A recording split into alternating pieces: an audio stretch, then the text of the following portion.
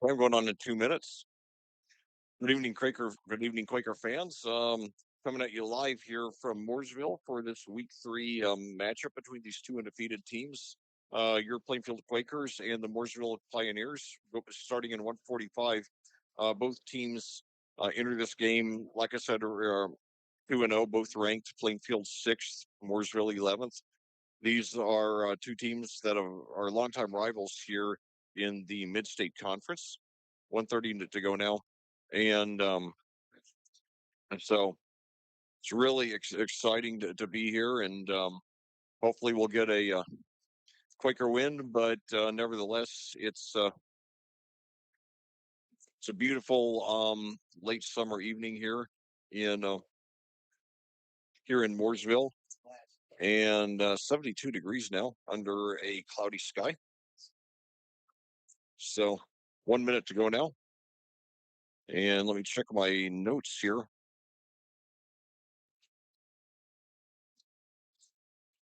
$50 seconds now. Hopefully we'll avoid technical difficulties this week.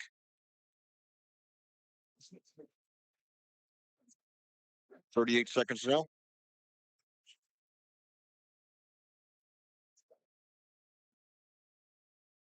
30 seconds.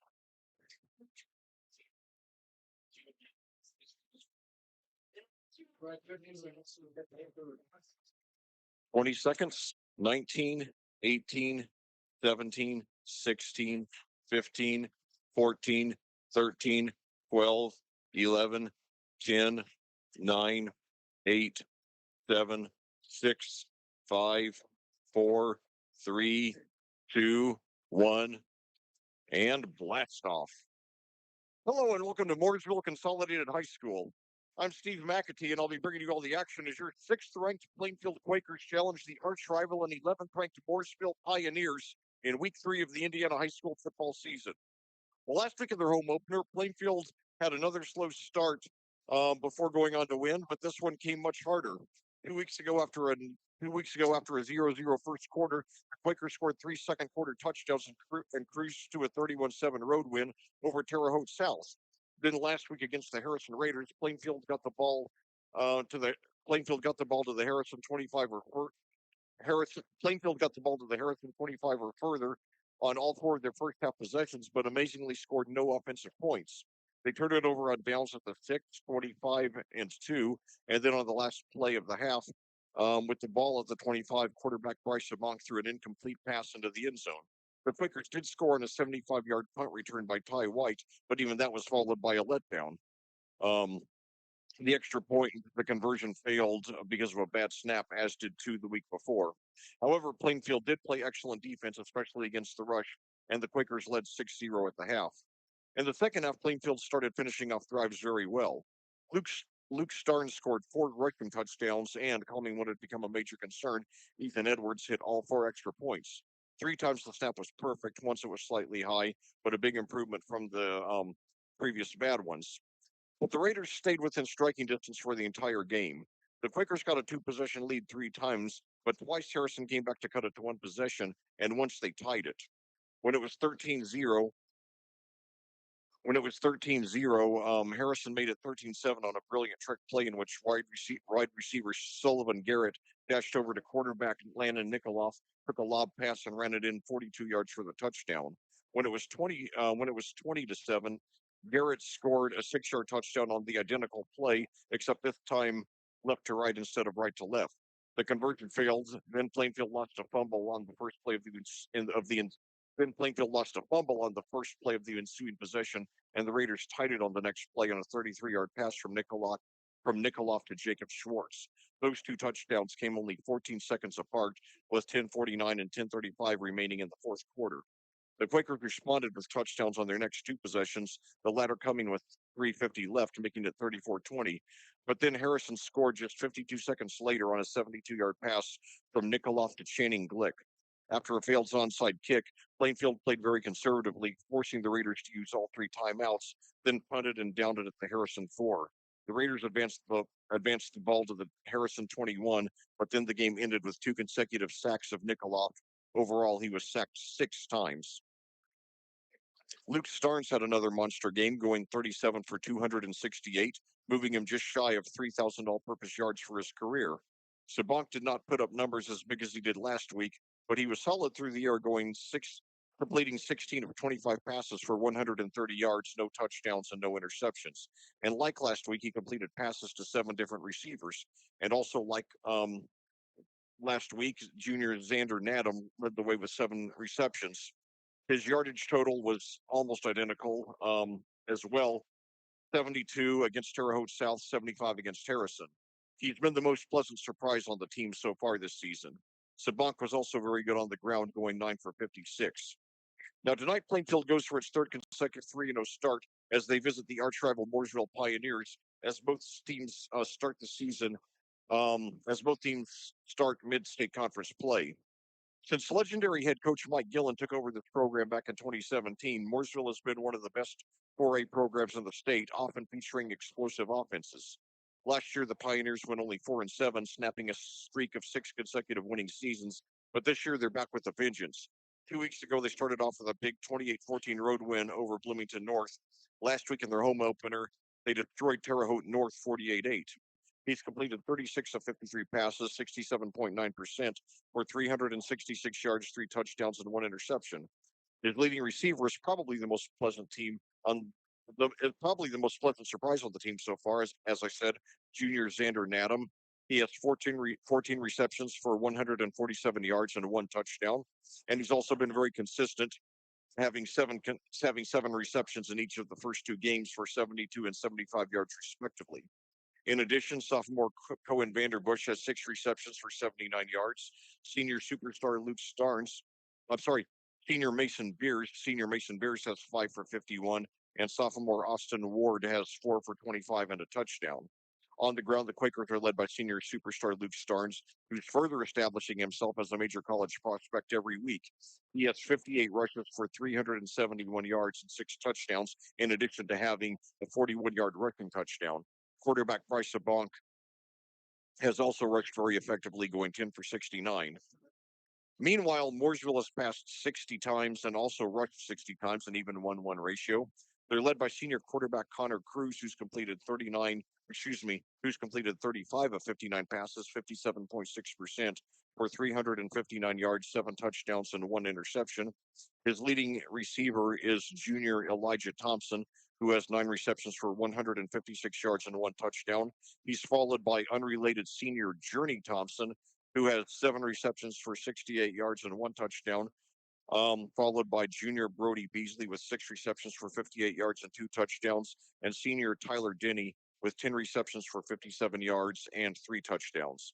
On the ground, the Pioneers are led by junior Hunter Utzinger with 35 rushes for 104 yards. Head coach for Plainfield is Tyler Bless, who's 17-6 in his 3rd season with the Quakers. Head coach for the Pioneers is Mike Gillen, who's 65 and 35, 65 and 35 in his 9th season with the Pioneers, and 370 and 152 in his 47th season overall. He previously served as head coach for 11 seasons at Tri-West, 11 at Decatur Central, and 16 at Indian Creek. He's won 4 sectionals and a regional at Mooresville, and 11 sectionals, 5 regionals, and 1 semi-state overall.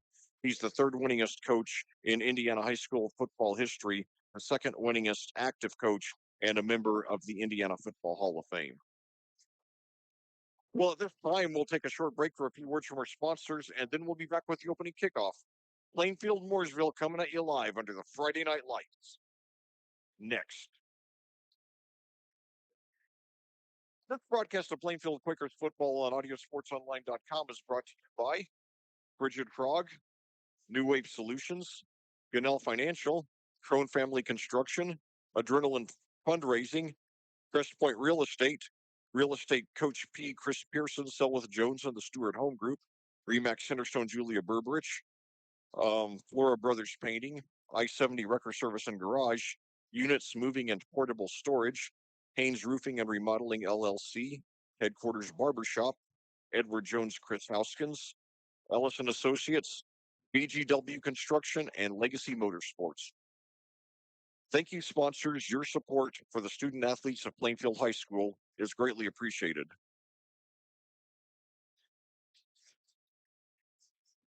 Well, back here at Mooresville, we're getting ready to kick off. Well, we got about 10 minutes to go, actually, and we've got a absolutely gorgeous evening for football. 72 degrees under a cloudy sky, very very pleasant. We continue to have great weather all season long so far, with highs in the 70s for every game. Um, you know, this is officially a road game for Plainfield, but not by much. These two schools separated by only 5 miles here. A short trek on Indiana 267. As usual, when Plainfield plays here, we have nearly full visiting bleachers across the field. Um, we typically get about 500 Quaker fans to make the road trip for this game, and looks like we'll have similar stats tonight. Meanwhile, here in the home bleachers, we have a crowd. We have a good crowd that's continuing to fill up. Normally, this game is played on Labor Day weekend, and I think it will be for the next 4 or 5 years. But the last 2 years, our Labor Day weekend has fallen during week two, so it's been Harrison who's been our opponent during those games. I really prefer playing Mooresville on Labor Day weekend, especially because it's such a short drive. And like I've been saying this year, as much as I like Harrison and I have enjoyed that rivalry these last 4 years, I'm hoping that we will find another week two opponent next year, just because that drive is so hard on the visiting players and fans. And but yeah, it looks like we're going to have probably 1,500 or so fans here on the Mooresville side. So it should be about 2,000 people here at the stadium tonight, which is very good for a 4A versus 5A game. Um, really good anytime. That's really good anytime it doesn't involve a 6A team. Um, so Indiana now in its 13th year under the six class system, and the marching band is out here on the field, ready to do the national anthem. I'm ready for that at a moment's notice, ready to pause. Um, but right now, um, with 4:24 to go, I'll let's go over some trivia. This is the 83rd meeting between these two schools. They are inaugural members of the Mid-State Conference, and they first played all the way back in 1947. Plainfield leads the all-time series 51-31. Um, Mooresville's longest winning streak in the series is 5 games, which came twice. They actually won the first 5 games in the series before Plainfield won the next 16, and Plainfield has had the series lead ever since. Also, another interesting piece of trivia. Um, 2 years ago, when Plainfield played out here last, I mentioned that with the win, Mooresville would move to 500 all time in program history for the first time since 1953. Now they lost that game, but then they came back to not only even their all time record at 500, but to move above 500 that season. And then since then they've been going back and forth within a few games of 500. They enter this game tonight with a record of 390, 394 wins, 395 losses, and 6 ties.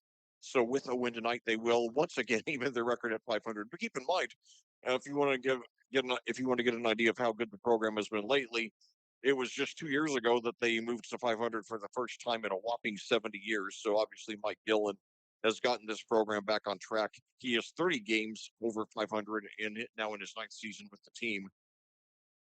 And so anyway, this also, by the way, is the I forgot to mention this is the alma mater of Plainfield head coach Tyler Bless. His dad, Mark Bless, who's now a Quakers assistant, served 15 years here as the head coach from 1995 to 2009. Before then, spending his last 13 years as a head coach just up the road at Avon. So a lot of Bless family history here in Mooresville, and it's great that the that the Blesses joined the Plainfield family, and that they're close to their former home here, and are able to get down here, assuming that they have family here in Mooresville.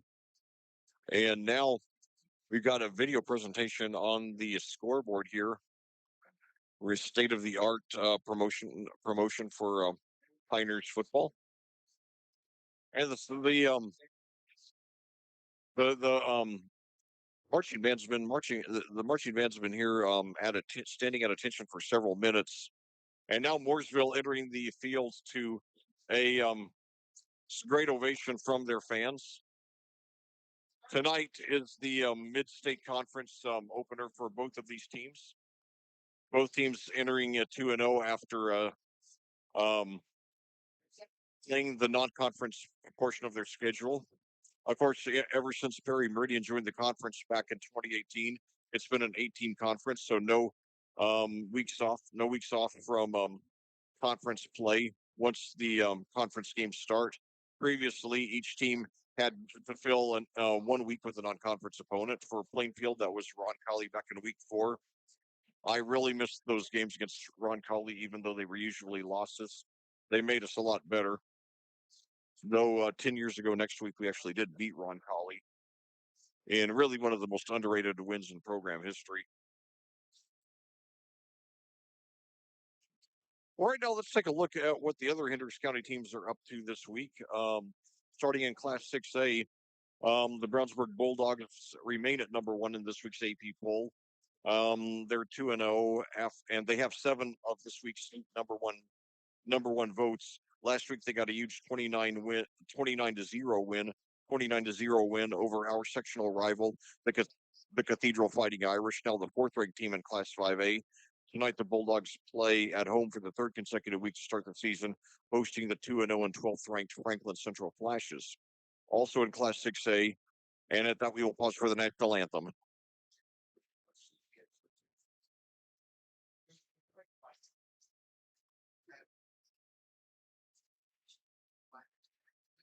So I'll be back in about 60 seconds.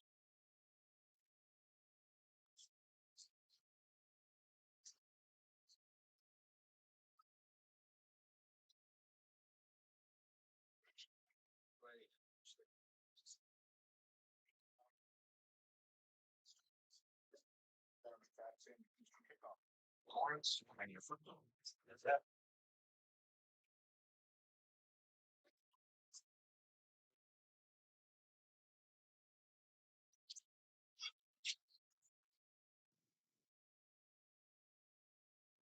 waiting to start? Just bear with us for a moment.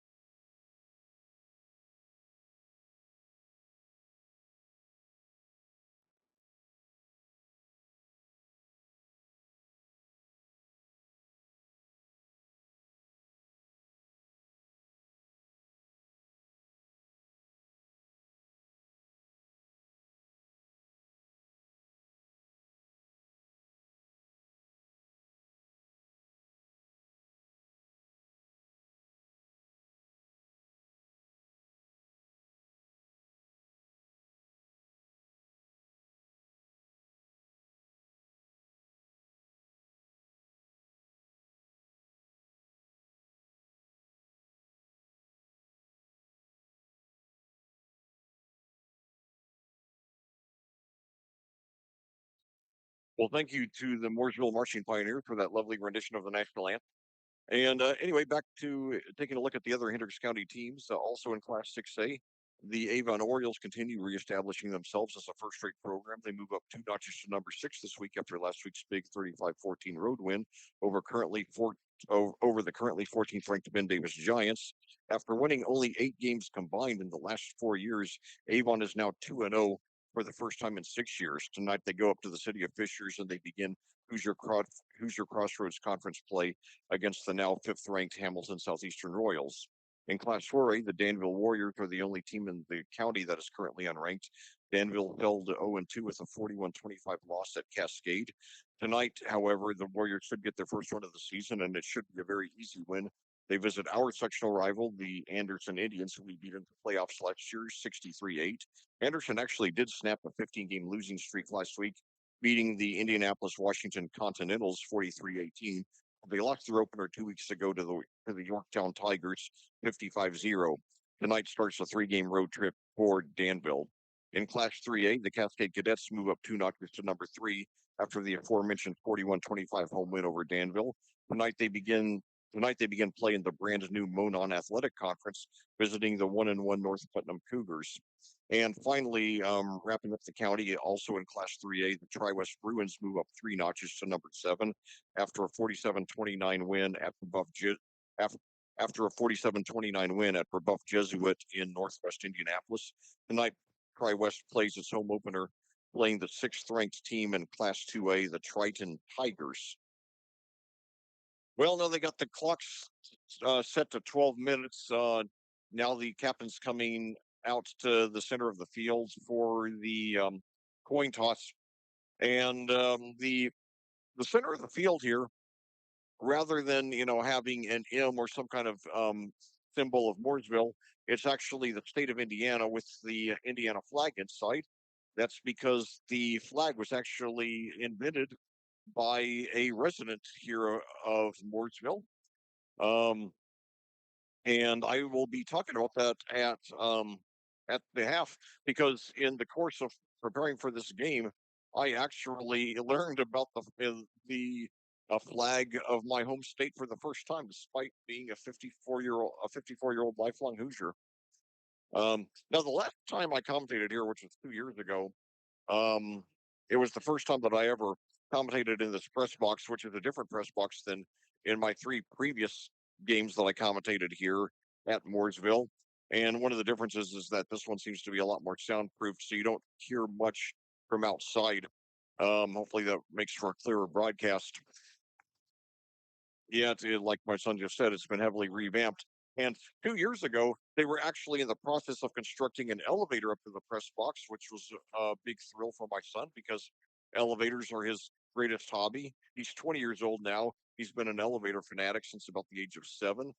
Um, and so he has been looking forward for 2 years now to riding this elevator, and he finally got his wish shot. He was very impressed with it, and he filmed it for his elevator channel, Elevator Dude, on YouTube, which I hope you all will subscribe to it if you're a fan of elevators, and which many autistic children around the world are.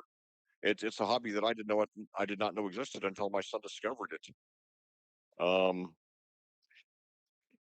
and there are hundreds of guys, yeah, hundreds of elevator channels on YouTube run by autistic children and adults all over the world. And it's a very heartwarming thing for me to see these kids find something that brings them so much joy. And yeah, my son Liam, he's getting ready to start his training to be an elevator mechanic. I'm so glad that he's going to find a way to make a career out of this great hobby. So now the opening kickoff coming at 7:05, deep kick by Plainfield. Tyler Denny takes it at the 5 for Mooresville, up to the 15, 20. He's got a hole. 25 dives and nearly gets to the 30. So the Pioneers starting off at about the 29. Now, last year when these two teams played, um, Plainfield got a 42-0 win. They had a field day. Plainfield had a field day running all over the Mooresville rushing defense, and got our first shutout in a whopping 12 years. Then we got another one just 2 weeks later, 28-0 down in the rain. at Greenwood. Hunter Cruz is the spearhead of the Pioneer offense. He's in his second season starting for the Pioneers. He transferred from Covenant Christian on the west side of Indianapolis. So two receivers to the left, one to the right, one running back. The snap low, but he gets it. Got time, throws up the middle, and it is deflected to the ground. So Elijah Thompson was the intended receiver, but a Quaker, I couldn't tell who got a hand on it.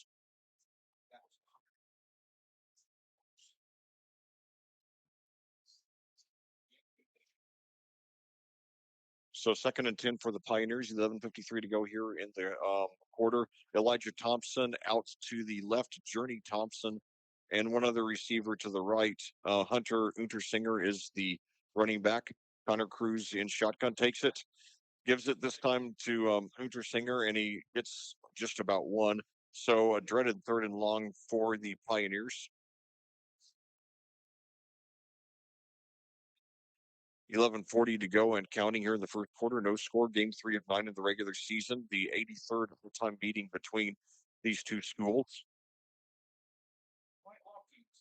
This game's been played different times of year, but now hold that thought. So now we've got Elijah Thompson to the left, Journey Thompson to the right, and now takes the snap. Got time, throws, and he's got a wide. He's got Tyler Denny open. He's got first down and more. Gets out of bounds past the 45 of Mooresville. So good job by the Pioneers converting on 3rd and 9. And they give him credit for 20. Got a slightly better spot than I would have guessed. So Tyler Denny opens Tyler Denny gets the first big gain for the Pioneers. Two receivers out to the right, one to the left. Untersinger, the running back, and we got movement and a flag. And looks like it's going to be false start against the Pioneers, so they lose 5 of the 20 yards that they just got.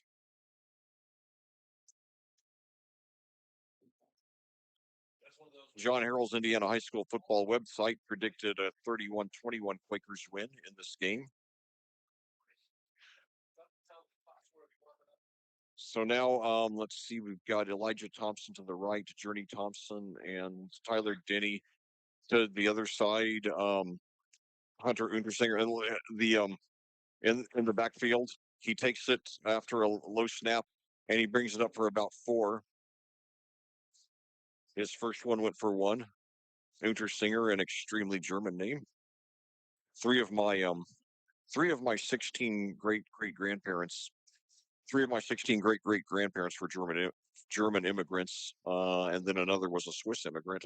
As they give Untersinger credit for there. So it's 2nd and 11 now. Mooresville throwing 48. Journey Thompson and one of the receiver to the right. Elijah Thompson to the left. Now low snap, a screen pass out to Denny, and this time they're right on top of him, and he's gang tackled by a couple of guys. He does get a couple of positive yards, but it's going to bring another 3rd and long. They converted the last one on 3rd and 9. Let's see what they do on this one. Give him credit for 2. Denny has both receptions now for Mooresville. The ball now right at the 50.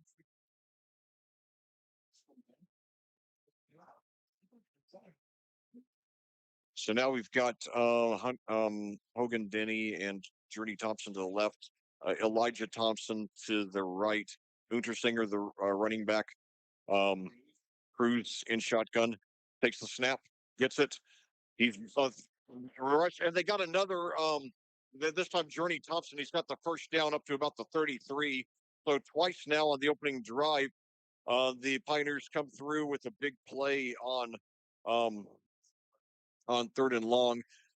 That one goes for 18 yards, bringing it up to the Plainfield 32. As Journey Thompson gets his first reception of the game. Journey spelled the same as the rock music group.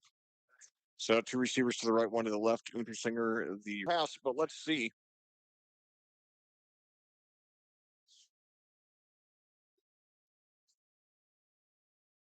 Let's see. Now we got a flag. I think it was just thrown.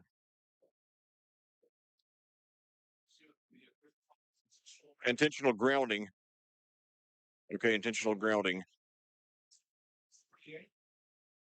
That's going to back them up a good way. So let's see.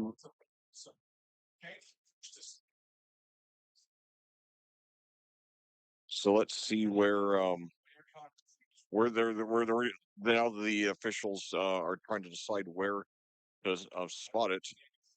It was first and it was first and 10 at the Plainfield 32. Now we got two officials deliberating.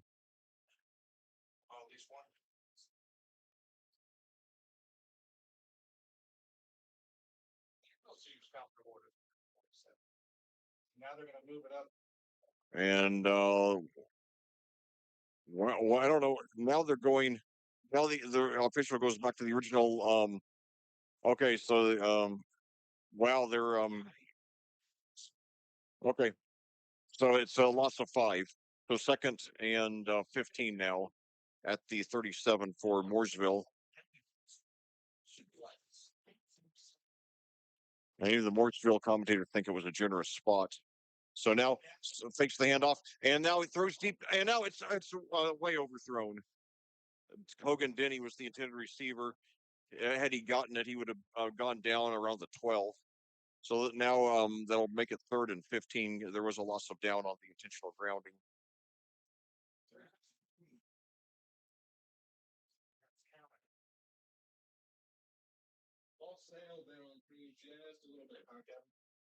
So third and 15. You know the Pioneers have converted twice on third and 9 on this drive.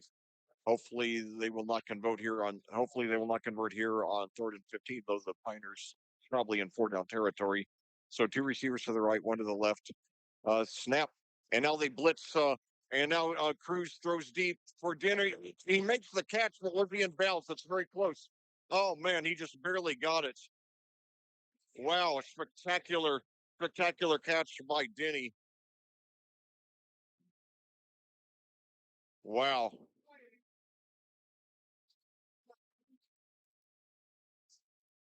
And they give him credit for 28 there.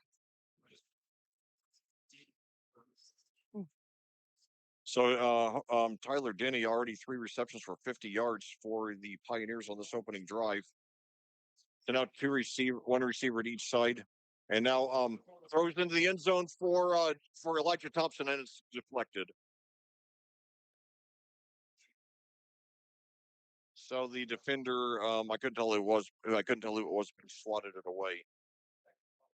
So second down and goal for the second down and 9. Second and goal from the 9 for Mooresville. First possession of the game for either team. 8:31 to go. No score. Both teams entering the game with a record of 2-0. Longtime rivals here in the Mid-State Conference. So now we've got Elijah Thompson to the left, Journey Thompson to the right. Interesting of the running back. Cruz takes it. Now it rolls right, and we've got him, and he gets rid of it. He gets rid of it.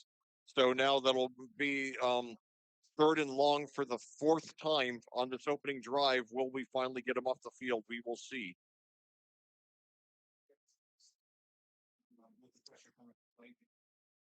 Now, come on, boys. We just need one third down stop here.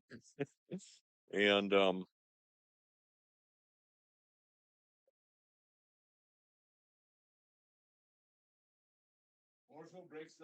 so Elijah Thompson to the right, Journey Thompson.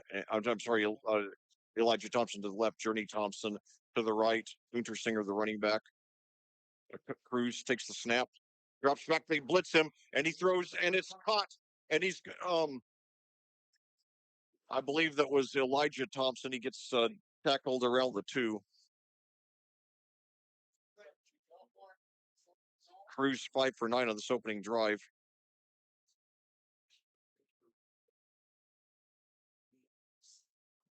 They give him credit for 7 down to the 2. Elijah Thompson with his first reception of the game. So it looks like the Pioneers are going to go for it here on first and goal at the 2, 7:51 to go here and counting. So they go for Journey Thompson to the right, Elijah Thompson to the left, Utersinger, the running back now. And then the handoff, it fakes the handoff, throws into Denny, and he's got the touchdown. So Mooresville scores first on their opening possession of the game with 7:33 to go, and they keep the Quaker offense off the field. So kudos to the Pioneers for doing so well with those third down conversions. That's something that Coach Tyler Buss will be hammering on in practice.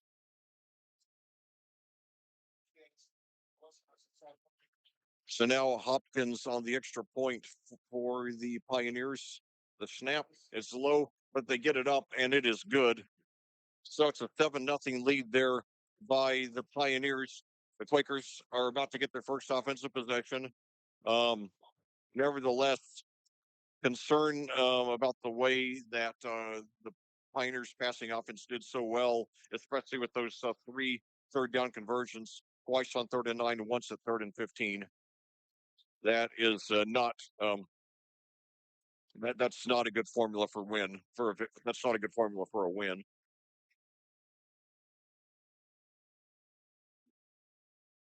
And Plainfield, by the way, now trailed for the first time in this season.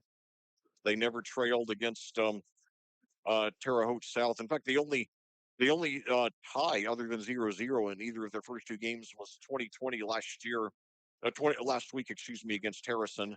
And then Plainfield scored on the ensuing possession and led the rest of the way.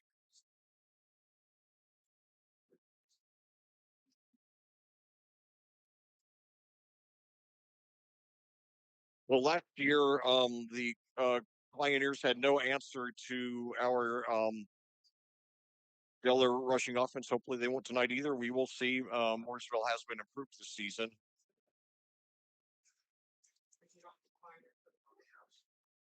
Also, a key play on that last drive, that 28-yard reception by Denny.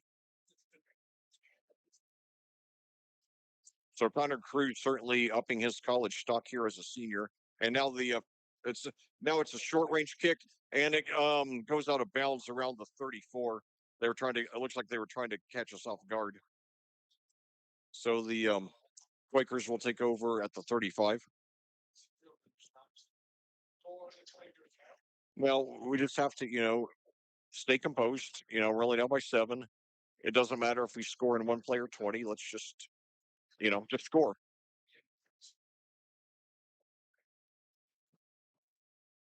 So Bryce Sabonk starting.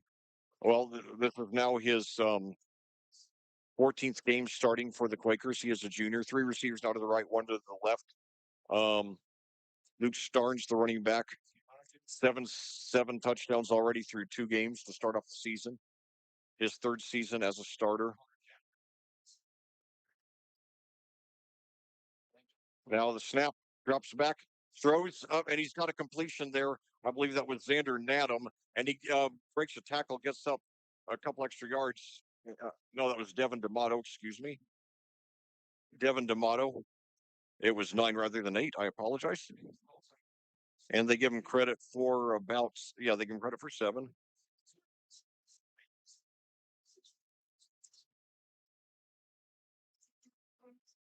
D'Amato, yeah. So now 2 receivers to the left, 1 to the right. Starnes gets it. He's got the first down and more, and breaks up to the about the 50. So it's about 7 or 8 yards there by Starnes on his first carry of the game. He had a whopping 267 yards last week. Give him credit for 8 there. Good start to the game for Starnes. He's taken nearly every handoff this year from the Quakers. So now 2 receivers to each side. Starnes, the running back, the bonk in shotgun, the ball at the 50.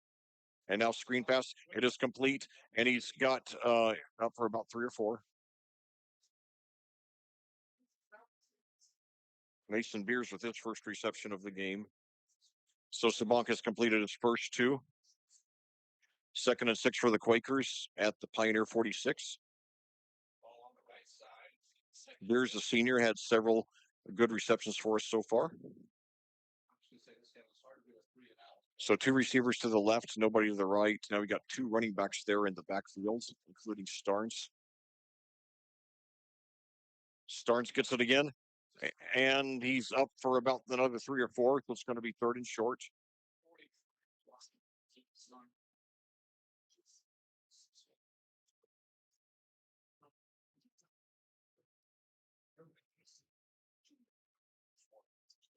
So it's that'll be third and 3 now for the Quakers after another 4 by Starnes.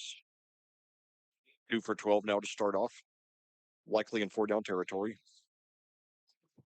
Now 3 receivers to the left, 1 to the right. Starnes the running back. Sabank in shotgun takes it, drops it back, throws, and it's nearly intercepted. Should have been intercepted. Daniel Pius had both hands on it, and he just didn't get the grip, and he's upset with himself.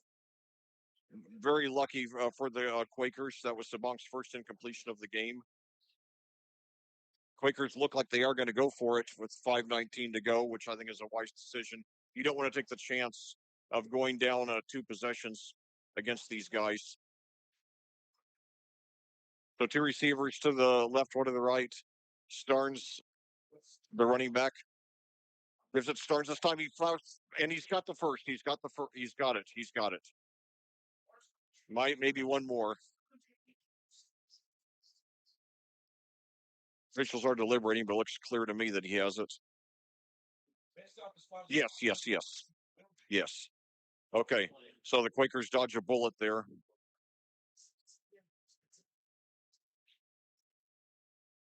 Third and 1st and 10 now at the Mooresville 40. 2 receivers to each side now. Starnes still in there at running back. Taking all 3 Quaker rushes so far. Now Sabank now throws deep. He's got a man open, but it is just overthrown. Nadam, the intended receiver, he would have likely gotten a touchdown there. He is throwing. Sabank is throwing more this season, throwing deep more. Last year, he mainly threw very short, conservative passes.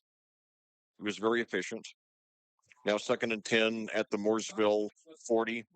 4:59 to go in the first quarter. Mooresville 7, and Mooresville now taking a timeout early in the game. So with that, I'll take a short break for a few words from our sponsors, and then we'll be back with the resumption of this game. You're listening to Quaker Football on AudioSportsOnline.com.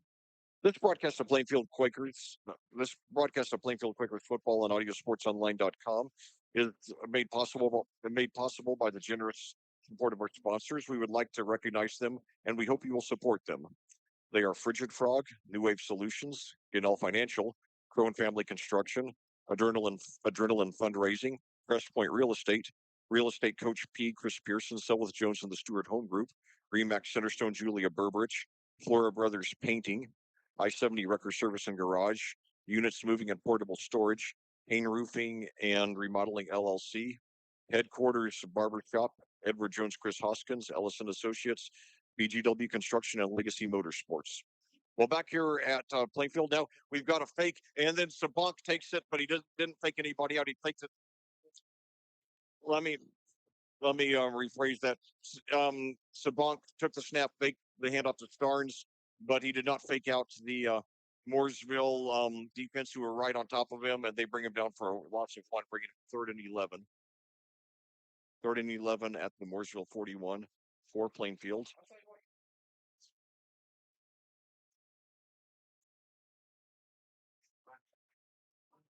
Sabank has done some good rushing this year, but -1 there. So now Sabank takes it back and now throws deep. He's got Nadam. And he drops it. Oh no. He had both hands on it. They're going to say that it was incomplete. I thought he had or took 2 steps with it. I didn't see his hands, so I couldn't tell if he had full position, but I thought he did. So now, after 2 consecutive completions to start off the game by Sabank, 3 incompletions, and the Quakers apparently will punt here. So now the pressure cranked up on the Quakers defense, assuming this actually is a punt. Hopefully we'll down them, deep in their own territory like we did to Harrison on the last drive last week, downing it at the 4. Tucker Mitchell there. And now it's a short punt, and but it takes a good Quakers bounce down near the 10. So it'll be close to it. Yeah, right around a 30-yard punt.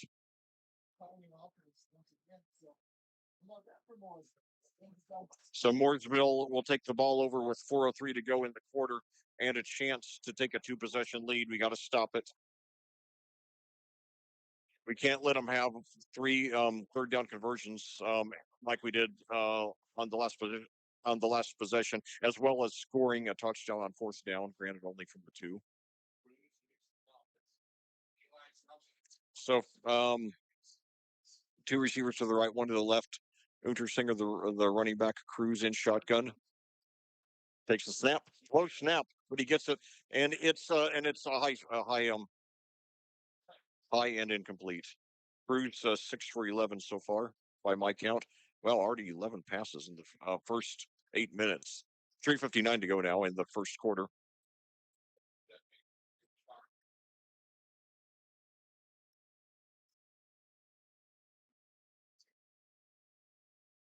So we got Vinny and Journey Thompson to the right, Elijah Thompson to the left. Untersinger, the running back, cruising shotgun, takes it, hands off to Untersinger. He looks for some rumor, and we bring him down around the line of scrimmage. All right.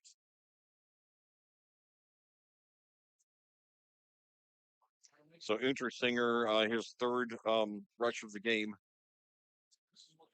They give him credit for 1, so he's 3 for 6 by my count. I'm sorry, they -1, so 3. So 3rd and 11 now at the 10. No excuse for not getting him off the field here. 2 receivers to the right, 1 to the left. Untersinger, the running back, cruising shotgun. 11 on the play clock. Takes the snap, and now he throws, and it's incomplete. It's incomplete. Journey Thompson, the intended receiver. So 4th and 11. So Cruz 6 for 12 now. He gets a lot of yards. His passing accuracy 57% on the year. Not as good as some of the elites. Still good, but anyway. So Plainfield now. A good chance to get the ball back with a chance to and now we got a whistle here.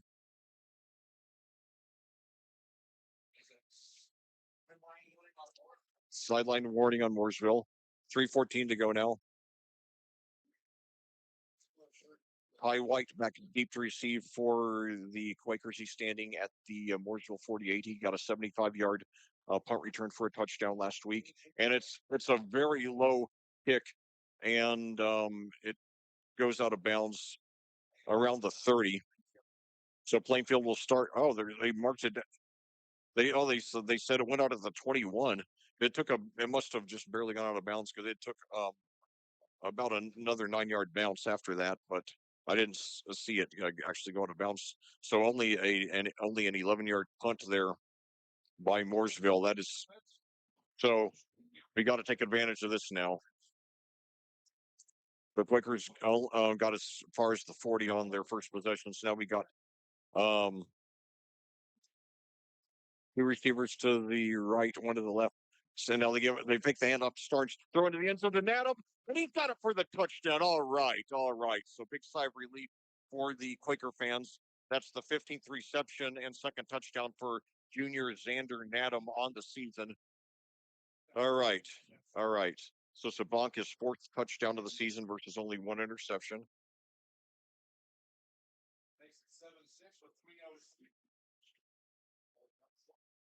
All right, so Ethan Edwards trying to get his 5th consecutive extra point.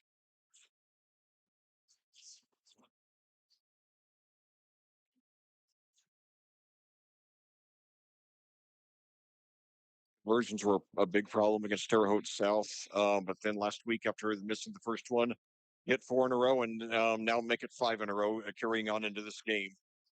So after a concerning start, your Plainfield Quakers come back to tie it 7-7 here in game 3 of the season.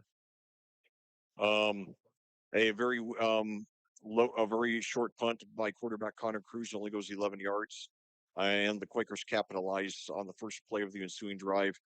Sabank throws deep up the middle, um, 21 yards to Xander Nadam for the touchdown. Ethan Edwards extra point ties it.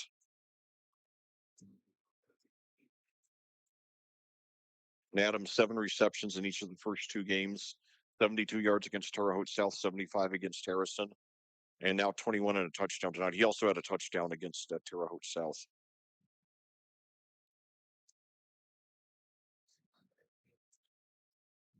Wow. So now your Quakers getting ready to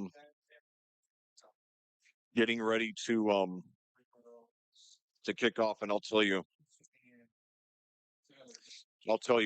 if we can just avoid any more giving up any more big third and longs, that's really going to tilt this game into our favor. Mooresville does have a good receiving core with the 2 Thompsons, who are not brothers, by the way. I confirmed with Mooresville personnel before the game, and then also Hogan, also Tyler Denny. I assume the younger brother of Hogan Denny, who was a great player for several years here with the Pioneers. And now deep kick taken inside the 10, up to about the 15, 20, 25, 30. And so,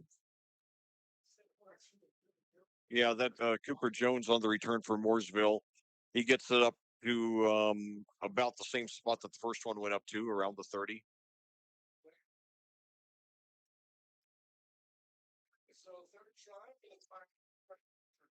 So 2:58 to go in the first quarter. Plainfield 7, Mooresville 7. The Quakers went behind for the first time all season to start off this game, came back to tie it on their last possession. So now we've got Hogan Denny, Tyler Denny to the right, Journey Thompson to the right, and Elijah Thompson to the left. Now a screen pass is completed to Journey Thompson, and he's knocked out of bounds after a gain of about 3 or 4.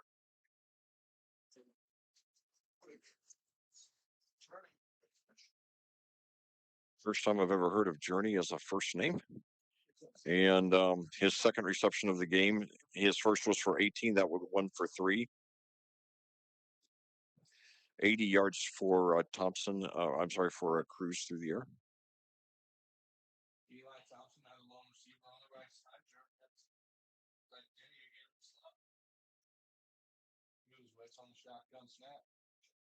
So there's a snap. That's an Untersinger. He's got his first big gain of the evening, and he gets over 10, about 12 or 13. His first 3 only went for 4 yards combined. That goes for about 12.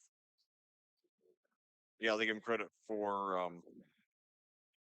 give him for credit for 13 there.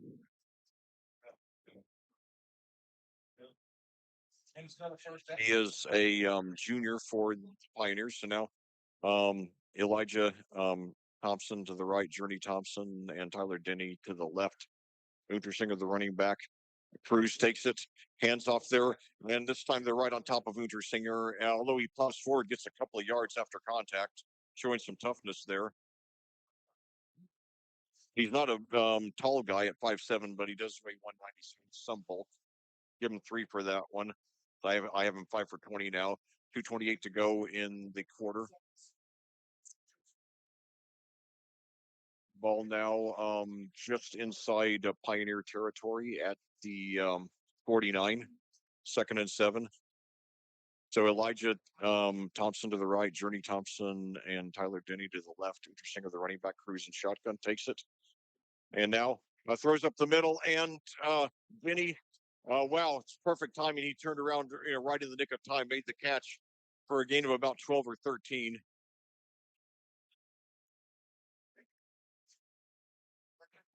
So let's see how much. So got a slightly better spot than I thought.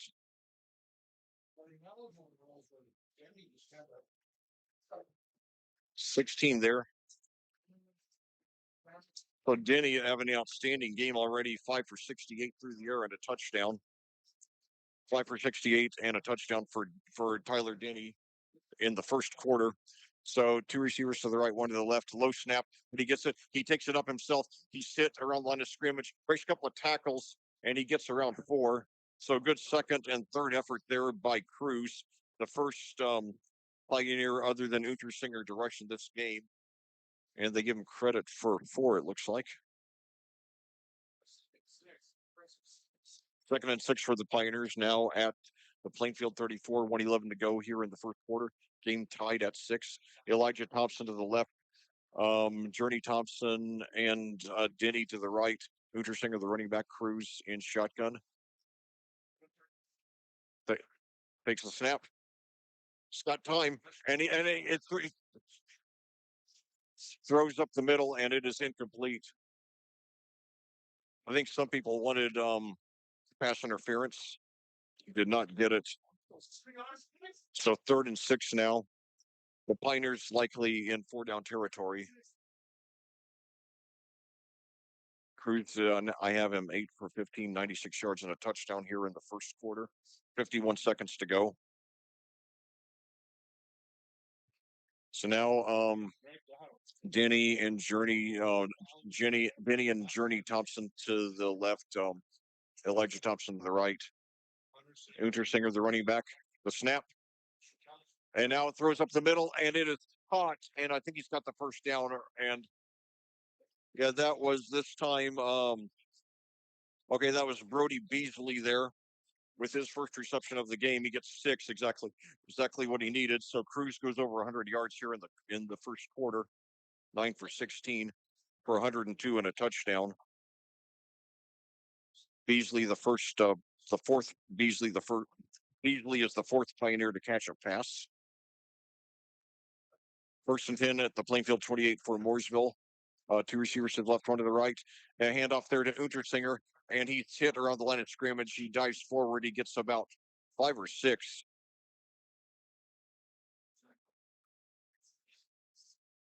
So they give him credit for give him credit for 5 there. 6 for 25 by my count for Untersinger. So and now 3, and that will be it. So after 1 quarter of play here in Game 3 of the season at Mooresville, a tight one, a tense one here, Plainfield Quakers and the Mooresville Pioneers tied at 7 here. We'll be back after these words from our sponsors on audiosportsonline.com.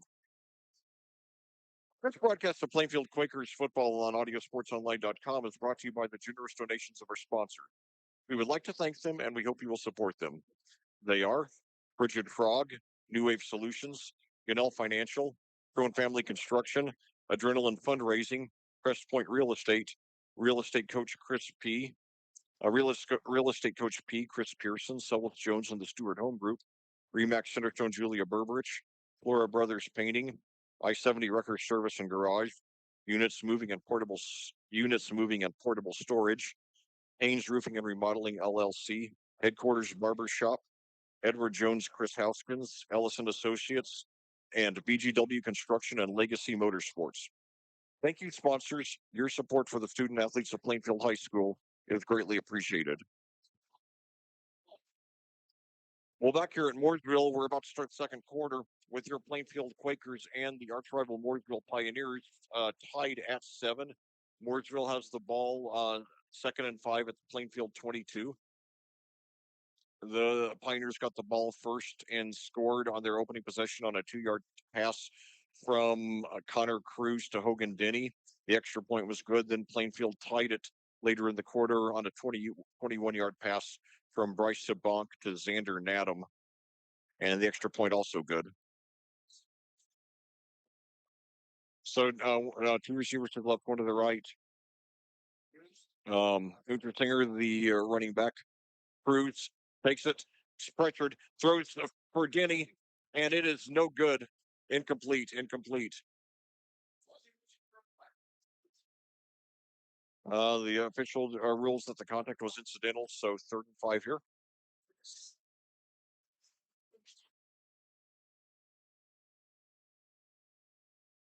Cruz 9 for 17 through the air to start off the game. 16 passes on 102 yards in the first quarter. On pace to put up some monster numbers. So the Pioneers break huddle with 10 to go on the play clock. Now we've got let's see, we've still got Hogan Denny and Journey Thompson out to the left. We have a new receiver out to the right. Low snap, gets it off to Untersinger, and we brought him down. He does not get the first, so it's going to be 4th down and short. So good coverage on Untersinger. His seventh carry of this game. Give him credit for one. I have him 7 for 26, just under 4 a carry. So the Pioneers going forward on 4th down. This would be huge if we stop them. We do get the ball first to start the second half. So now we've got Elijah Thompson out to the right, Hogan Denny and Journey Thompson out to the left. Untersinger, the running back, Cruz in shotgun, takes it, rolls left, looks, throws downfield, and it is out. It's overthrown out of bounds. So the Quakers take over on downs. Wow.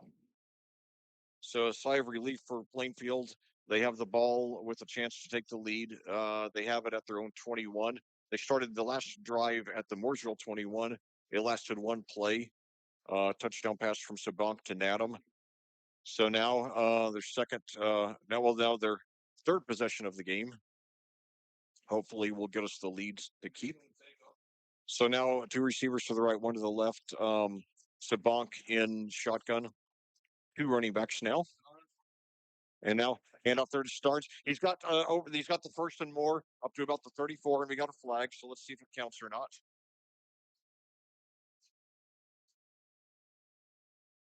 So it's going to be holding against Plainfield, so it's coming back.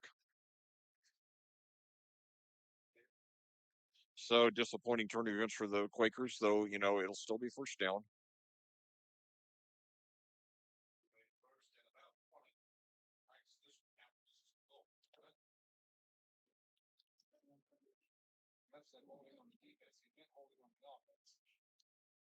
So that'll that'll make it 1st and 20 now.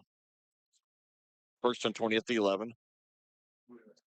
So Austin Ward now, and I believe that's Mason Beers out wide receiver to the right. Another to the left. 2 running backs, including Starnes. Now Starnes looking over to the sidelines. Now another penalty against Plainfield, this time a false start. So now from 1st and 10 to 1st and 25. So the Pioneers catching a break now, 11:01 to go in the second quarter. Game tied at 7. The 83rd meeting between these two teams.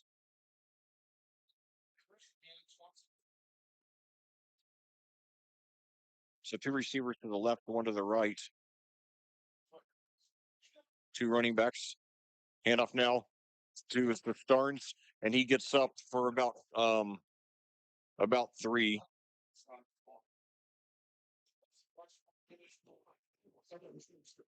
So that would make it about 2nd and 22 here. Yeah, 2nd and 22. Starnes 4 for 18. Still waiting for that first breakthrough gain.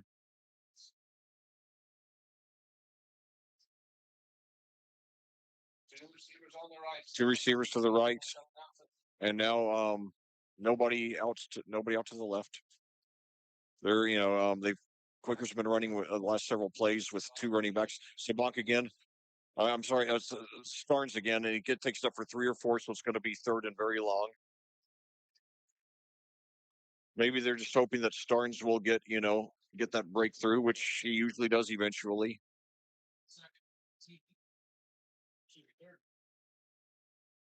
Give him 4 there. 5 for 22 for Starnes. 3rd and 18 now for the Quakers at their own 13. 9:52 to go in the second quarter.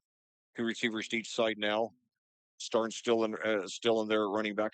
Sabank drops back, throws deep. He's got a man open, and it's intercepted. It was overthrown, and it's Tyler Denny. He's got some room, but he could go all the way, and he does. Oh no! So Tyler Denny, a touchdown receiving, now a touchdown on an interception return, and Mooresville goes back up 13-7. It was not a well thrown ball. It was way over the head of the intended receiver. And only the second interception of Sabank's career. The first return for a touchdown. He'll learn from it. But hopefully, we'll bounce back and, get those points back on the next possession. Hopkins now on the extra point attempt. First one was good. Second is also good.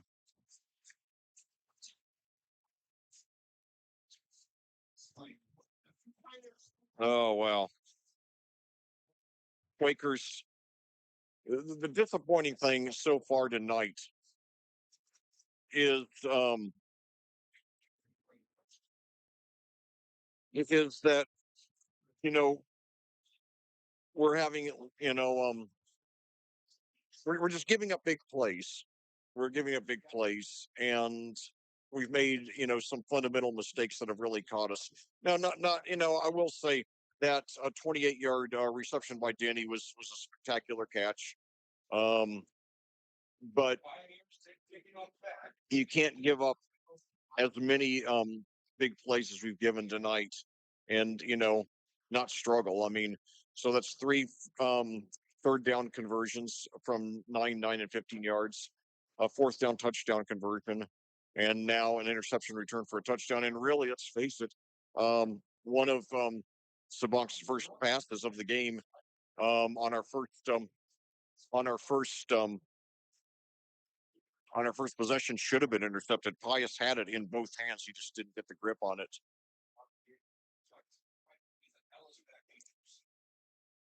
So Ty White back deep to receive for the Quakers. We could use another 75-yard play for him right now.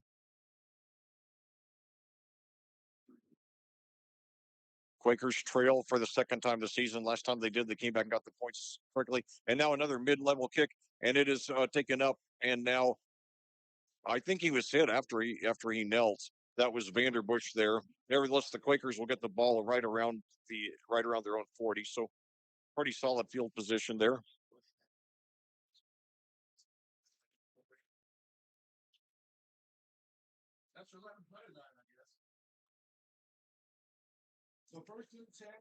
So the Quakers now take possession for their fourth. They take possession for the fourth time tonight. First possession, punt, second touchdown, third interception return for a touchdown. So two receivers to the left, one to the right. Starnes, the running back. Starnes takes it, and he's got a little bit of room. Goes up the middle, gets 2 or 3. Still waiting for that breakthrough game for Starnes. He hasn't gotten it yet. I feel confident that he will. He had tremendous success against this defense last year. The Quaker, give him credit for 2 there. I have him 6 for 24. So 3 receivers to the left, 1 to the right.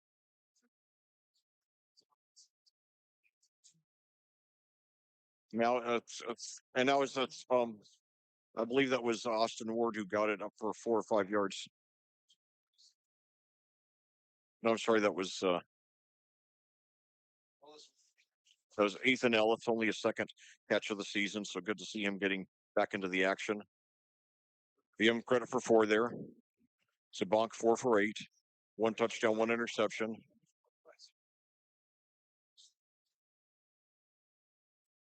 So third and 4 for the Quakers. Hand off to Starnes. He's got the first down and more. And he's breaks the tackle past the 40 to about the 35. So that's a gain of about 20 yards for Luke Starnes, his longest of the game. So that's the kind of play we need. So they take it from our own 46 to their 35. So 19 there for Starnes. So, Starnes he waits for the opportunity and he jumps on it. He jumped on it there. 2 receivers now to the right, 1 to the left. Starnes still in there running back. We got the ball at their 35. Hand off to hands off to Starnes again, and he takes it up for about 7 or 8. Gets about 5 yards after contact. It's going to be close to another first down. They've got to, finish the drive.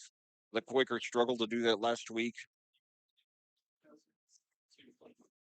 9 yards there by Starnes. So I have him 8 for 52 now. So 2nd and 1. So now we got Nadam and two other receivers at Nadam, Ward, and another receiver to the right. And now Starnes there in the backfield. Now we got officials deliberating. I'm not sure what the issue is.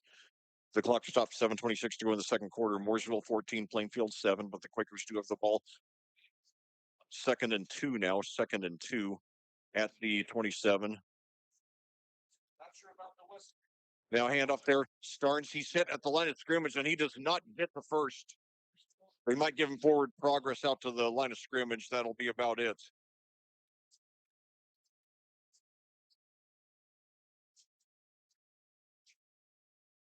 So they say they lost a yard there.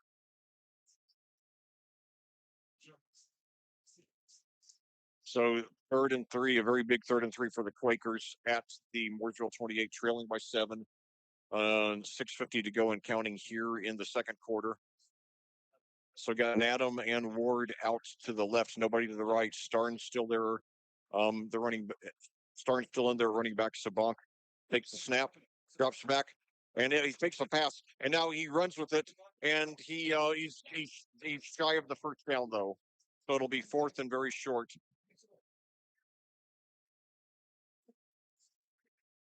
Sabank now, let's see, they give him credit for 1, so it'll be 4th and 2, a very big 4th and 2. Quakers, I assume, will go for it. Nearly a quarter and a half into this game.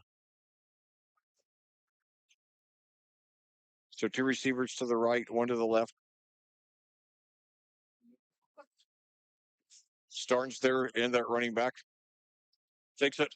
Screen pass. It has come caught, and he's got the first down and much more. Past the 20, past the 15, up to about the 10.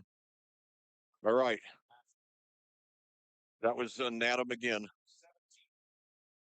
So the Quakers come through on 4th and 2. 17 yards to Xander Nadam. His second reception of the game. First was 21 for first was for 20. First was for 21 yards and a touchdown. So 1st and goal for the Quakers at the 10 now. 2 receivers down to the right. Now fakes the handoff to Starnes, and he throws it, and it's incomplete. It was tipped. Sabank 5 for 10. Cruz 9 for 18. So both quarterbacks have completed exactly half of the passes. Already 28 passes thrown in the first half tonight. So it does not look like we will be getting out of this game early. All right, so 2 receivers now to the right, 1 to the left.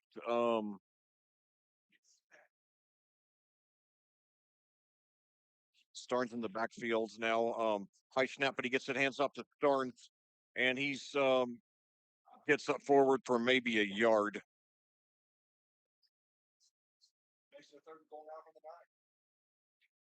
So they give him credit for 1 yard there. So Starnes 10 for 51. 3rd and 9 for the Quakers.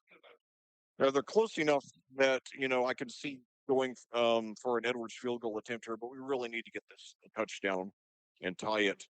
So 2 receivers to each side now. Sabank in shotgun, fakes the handoff, now throws in the end zone, and there might have been pass interference. I think though the intended receiver did touch the ball first. So Beers was the intended receiver. So 4th and goal at the 9. This would be a 26-yard field goal attempt. Edwards has hit his last 5 extra points.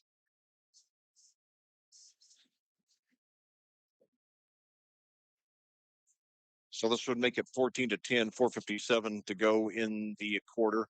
Fans stopping on the bleachers here on the Mooresville side. This is the first Plainfield field goal attempt on the season. The snap, the kick is up, and it is, and no good, no good. Oh no. So disappointing end And the Quakers,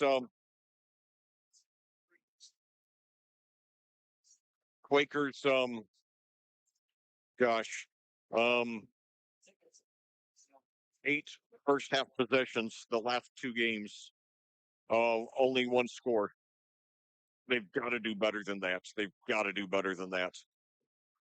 The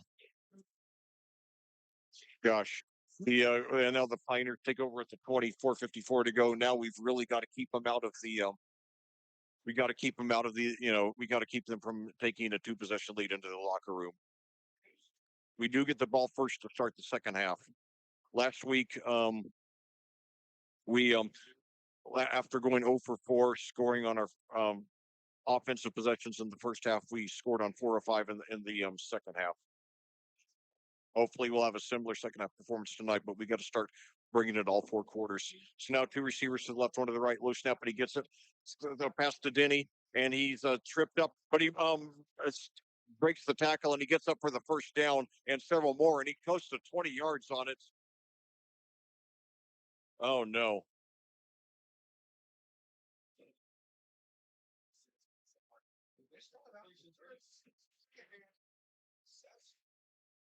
So yeah, they give him credit for 17 there. Cruz's first completion of the second quarter. Danny now 6 for 85 by my count. He has 2 touchdowns in the game, one on a reception, one on an interception return. Two receivers to the right, one to the left.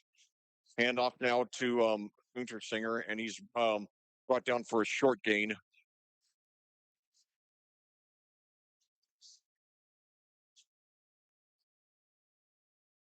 They mark him down.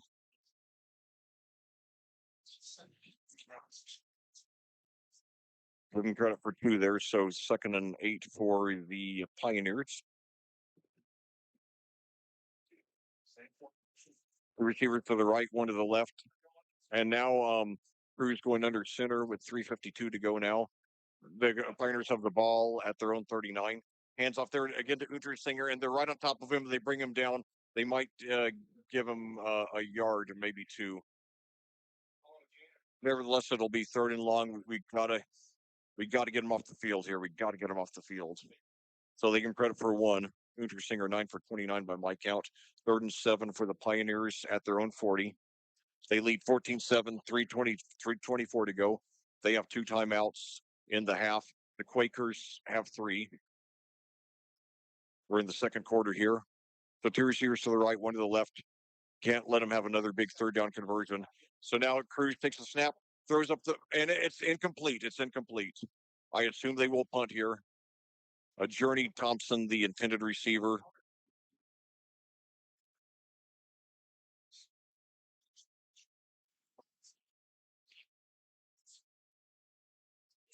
I think Mooresville's wanted pass interference on several of the incompletions tonight. They have not gotten one yet. So now, it looks like they're gonna. Are they gonna go for it? And now he misses the punt. He misses the snap, and we got to yeah, we tackle him, and we've got it at around the 15. All right, he wasn't prepared. He missed the snap. He wasn't ready for it. All right, very rare you see. I would have to think very rare you'd see a Mike Gillen coach team make a fundamental mistake like that. Wow, wow. So big break for the Quakers. Last time after the 11 yard I'm sorry, right now hold that thought. Quakers now 2 receivers now. It's Award and Adam out to the right, another receiver out to the left. Starnes the running back. Um Sabank in shotgun takes it, hands off to Starnes. No, it's a keeper. So that was a Scott Amore caliber fake there by Bryce Sabank, and he picks up about 5. By far his best of the game. His first 2 combined for 0. So 6 yards there by Sabank. So 2nd and 4 for the Quakers. Once again, Nadam and Ward out to the right for the Quakers. One receiver to the left. Now we got two running backs in there, including Starnes. This time Starnes gets it, but they're right on top of him, and they bring him down for a loss. Excellent defensive play by the but excellent defensive stuff there by the Pioneers. Wow, he lost a 5. That's not good. So 3rd and 9 for the Quakers at the 15. Last time Edwards missed a 26-yard field goal. I don't think they'll go for a field goal again. So 2 receivers each side now. Got to get a big play here, boys. DeBonk takes it, drops back, rolls left. He's got some room if he runs with it, and he does. But okay, but the Pioneers covered him well, and he did not get much. They're saying that he lost a yard. Oh, well. So yeah, it looked like he had some room over there on the left side, but the Pioneers got over there and stopped him. So I give Mooresville credit. I give Mooresville a lot of credit. They've held Plainfield to 0 net yards. They've held their offense to 0 net yards on this possession after we took over at their 16. And now Plainfield wisely taking a timeout. You want to save your timeouts for the last. Oh, Mooresville taking the timeout. I was going to say this is a wise timeout by Plainfield, but yeah, we'll take it. I mean, we still get the benefit from it. So for those of you just joining us, it's been a very odd game. The Quakers, like last week, very hard time finishing first half drives. They did finish one today, but they failed to finish 3 others. And now after the punter was not paying attention to the snap, and we take over at the Mooresville 16, we've gotten a total of 0 net yards in 3 plays, taking it from first and 10 to 4th and 10. Are they going to go for a so it looks like we are going to go for it after Edwards missed that 26-yarder on our last possession. So 3 receivers to the right, including Ward. Starnes in there at running back. Sabonk takes it, drops back. He's got time, throws into the end zone, and it is overthrown. Wow. Well, maybe we'll go on a second half scoring bonanza like we did last week, but this is not a good start to this game for Plainfield. And once again, the story, lots of missed opportunities.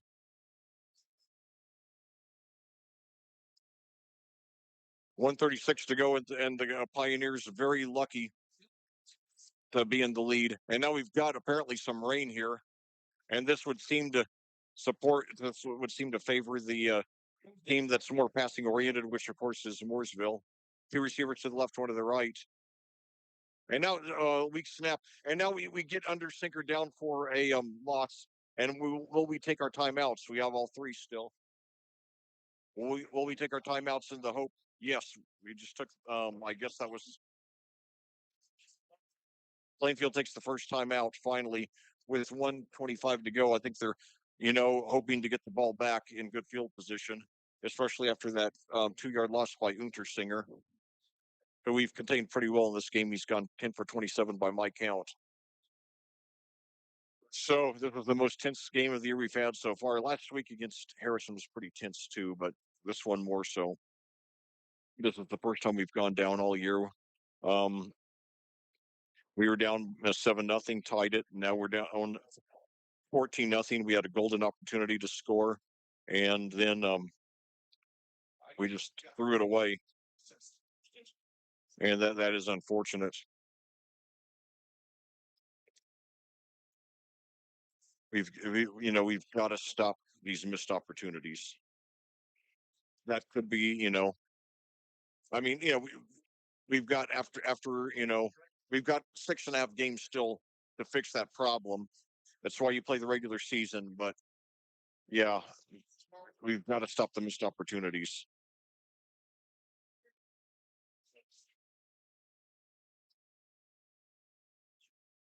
So now the Pioneers return to the field, 2nd and 12 at their own 14, leading by 7. Now we got Journey Thompson out to the left, another receiver out to the right, Untersinger, the running back, and now Hogan Denny moving back to the backfield as well. And now, um, handoff. No, and now he slides. So now Bruce slides at the line of scrimmage. So Plainfield takes a second timeout with 1:15 to go. So obviously we can't afford to give up a 3rd and long here. We gave up 3 3rd-and-longs on the first possession.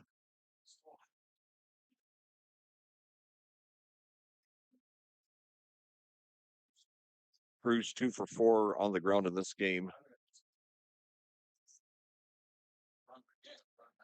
So Plainfield, if we stop Mooresville from getting 12 yards on this play, presumably they will punt and we'll probably get the ball in our territory, with a minute or so to score and tie the game.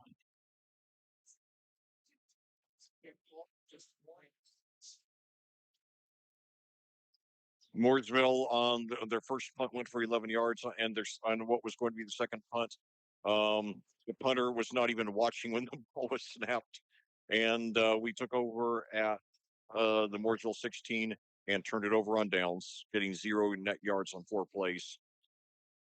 So now 2 receivers to the right, 1 to the left. Cruz takes the handoff, and he's blitzed. He's got some room, and he fumbles, but it goes out of bounds. Okay. So now now we don't have to use the timeout. All the better. So they effectively gave us a free timeout there after Cruz gets 5 there. I have him 3 for 9 on the ground.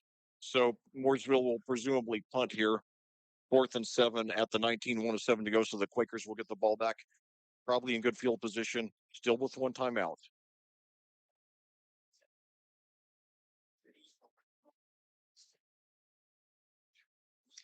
And now,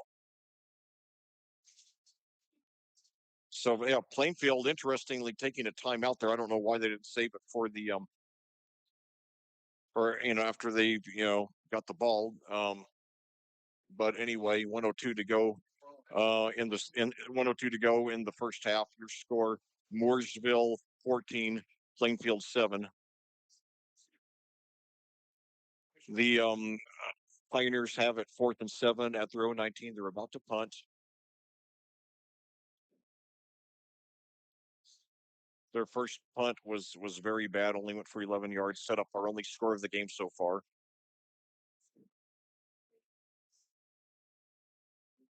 And their second attempt at a punt was a disaster as well, but we failed to capitalize on it, turning the ball over on downs.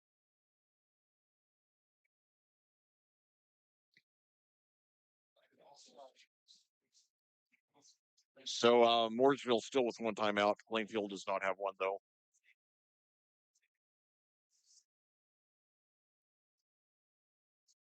Yeah, this is one of the times I'd love to know what was said in the in the in the in the huddle.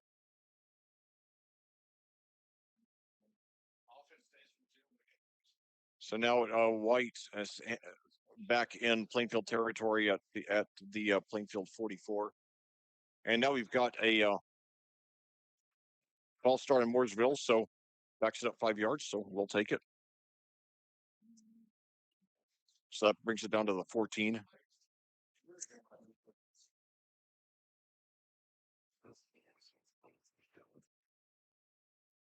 So now White standing in Mooresville territory at the 47.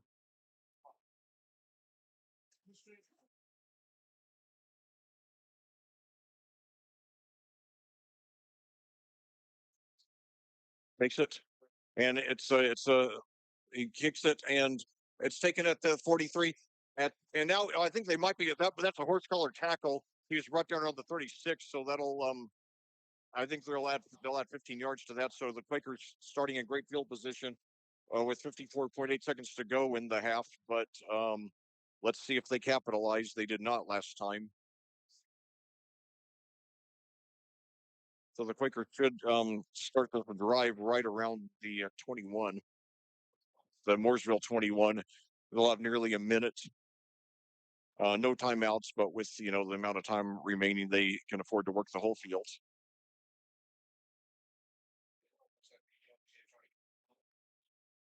Three officials are deliberating now.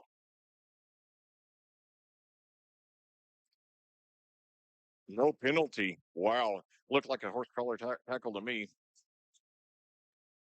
So two receivers to each side now. Starnes.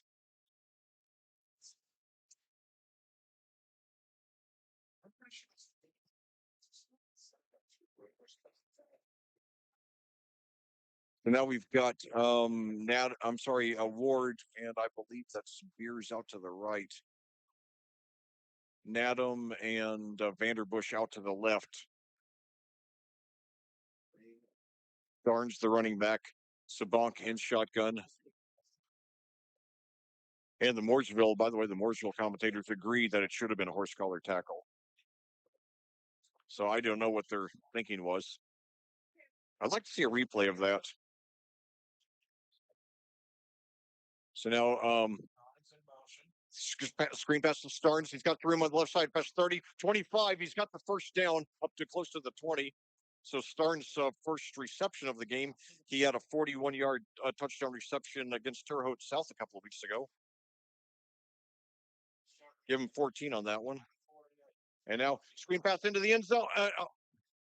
Not screen pass into the end zone. Sabank usually throws screen passes, so I get accustomed to saying that, but that one was incomplete.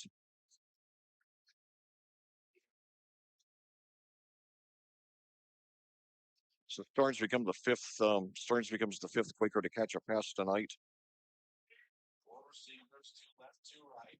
Two receivers to each side now. Starnes still in running back. 43 seconds to go. 2nd and 10. And now, nearly intercepted again. Wow. So now from 1st and 10 to 3rd and 10, we need to get something on this play. Sabank 6 for 15 in this game. 6 for 15, 66 yards, a touchdown, and an interception, which was returned for a touchdown. And now Mooresville takes its final timeout. So this game now, and now this half, an hour and 9 minutes into it. We're an hour and 9 minutes into this first half, and 40 seconds to go. So who knows? I may can stretch out a few more minutes. But yeah, I mean the Quakers, we've got to get some points here. I mean, and granted, even if we don't, we're only down by 7. We get the ball first, start the second half, but we've just got to get into the habit of finishing drives. We just got to do it. We can't just be a second half team if we're going to make a deep tournament run, especially with Cathedral and New Palestine in our sectional.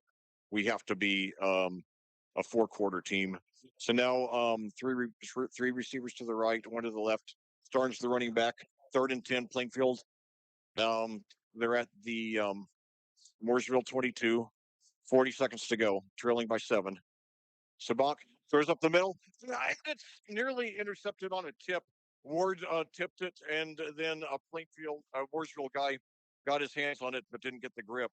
So now, after the 14-yard pass to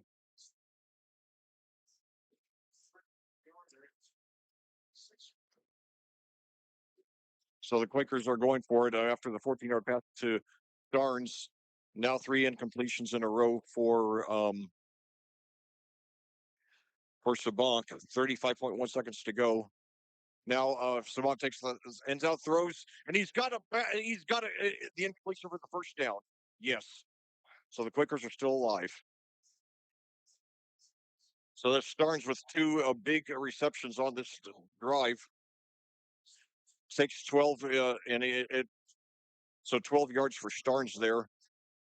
1st and goal for the 10 of the Quaker. 1st and goal. And now the short pass for about 5 yards there. That was Vanderbush with his first reception. him credit for 5, and then spiked by Sabank. So it stops with 12.4 seconds to go, third and goal at the 5 for the Quakers. So Vander Bush, the sixth Quaker to catch a pass in this game. And Starnes, after previously rushing 11 for 46 here in the first half on this drive, 2 receptions for 26 yards, so 72 all-purpose yards for Luke Starnes. So now 2 receivers to the right, 2 to the left. Empty backfield. No, I'm sorry, Starnes is there. Throws into the end zone, and is that good? Yes, Nadam got it. He just broke the plane. So we're an extra point away from tying it. So Xander Nadam, second touchdown of the game, third of the season. And the Quakers overcome a lot of missed opportunities and are now an extra point away from tying this game. So Sabank now is fifth touchdown of the season versus 2 interceptions. 8 seconds to go in the half. Edwards for the tie here. It is up and it is good. So now all of a sudden, 6 consecutive made extra points by Ethan Edwards. Man, they don't make it easy on our hearts. And keep in mind, Sabank 1 interception return for a touchdown. At least 3 others could have been intercepted. One of them would not have been his fault. One of them was off a tip by a Ward, but nevertheless, the point is we are very lucky to be tied here, and we get the ball first to start the second half. So, one thing I've learned from 47 years of watching football, you know, it doesn't have to be pretty. You just have to jump on the opportunities you have.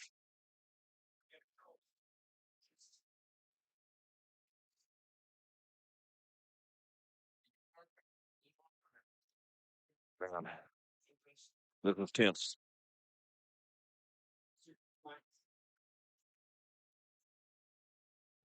I would imagine this will be a squib here.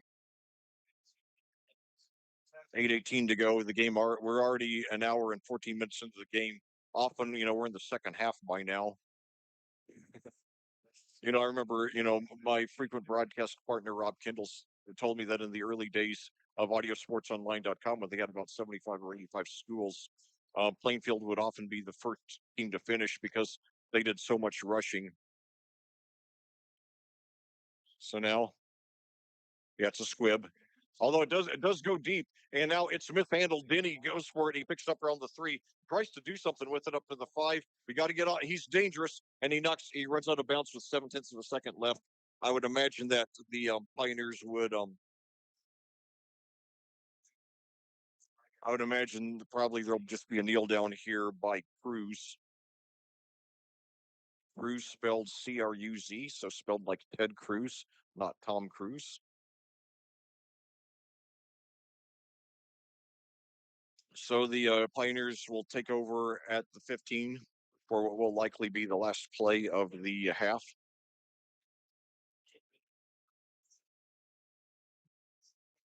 I did not know that. My son Liam, big movie fan, just said that Tom Cruise has a son named Connor Cruise with Nicole Kidman and an adoptive son. Yeah. So now, and Cruz kneels, and that's it. So your Plainfield Quakers uh, have some good moments, some bad moments. Threaten to let Mooresville take command of the game, but we make enough plays when it counts that we have hung on for a tie, and we get the ball first to start the second half. So we'll be back with the recap after these words from our sponsors on audiosportsonline.com. This broadcast of Plainfield Quakers football on audiosportsonline.com is brought to you by the generous support of our sponsors. We would like to thank them, and we hope you will support them. They are Frigid Frog, New Wave Solutions, Ganell Financial, Crone Family Construction, Adrenaline Fundraising, Crestpoint Real Estate Coach P, Chris Pearson, Selwith Jones from the Stewart Home Group, Remax Centerstone, Julia Berberich, Flora Brothers Painting, I-70 Wrecker Service and Garage, Units Moving and Portable Storage, Haynes Roofing and Remodeling LLC, Headquarters Barbershop, Edward Jones, Chris Hoskins, Ellison Associates, and BGW Construction and Legacy Motorsports. Thank you, sponsors. Your support for the student athletes at Plainfield High School is greatly appreciated.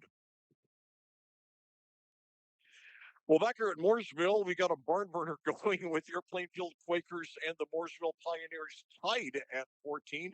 It's a game in which your Quakers, had they finished all their drives, would be comfortably ahead. It's also a game in which had a couple of plays been as disastrous as they could have been.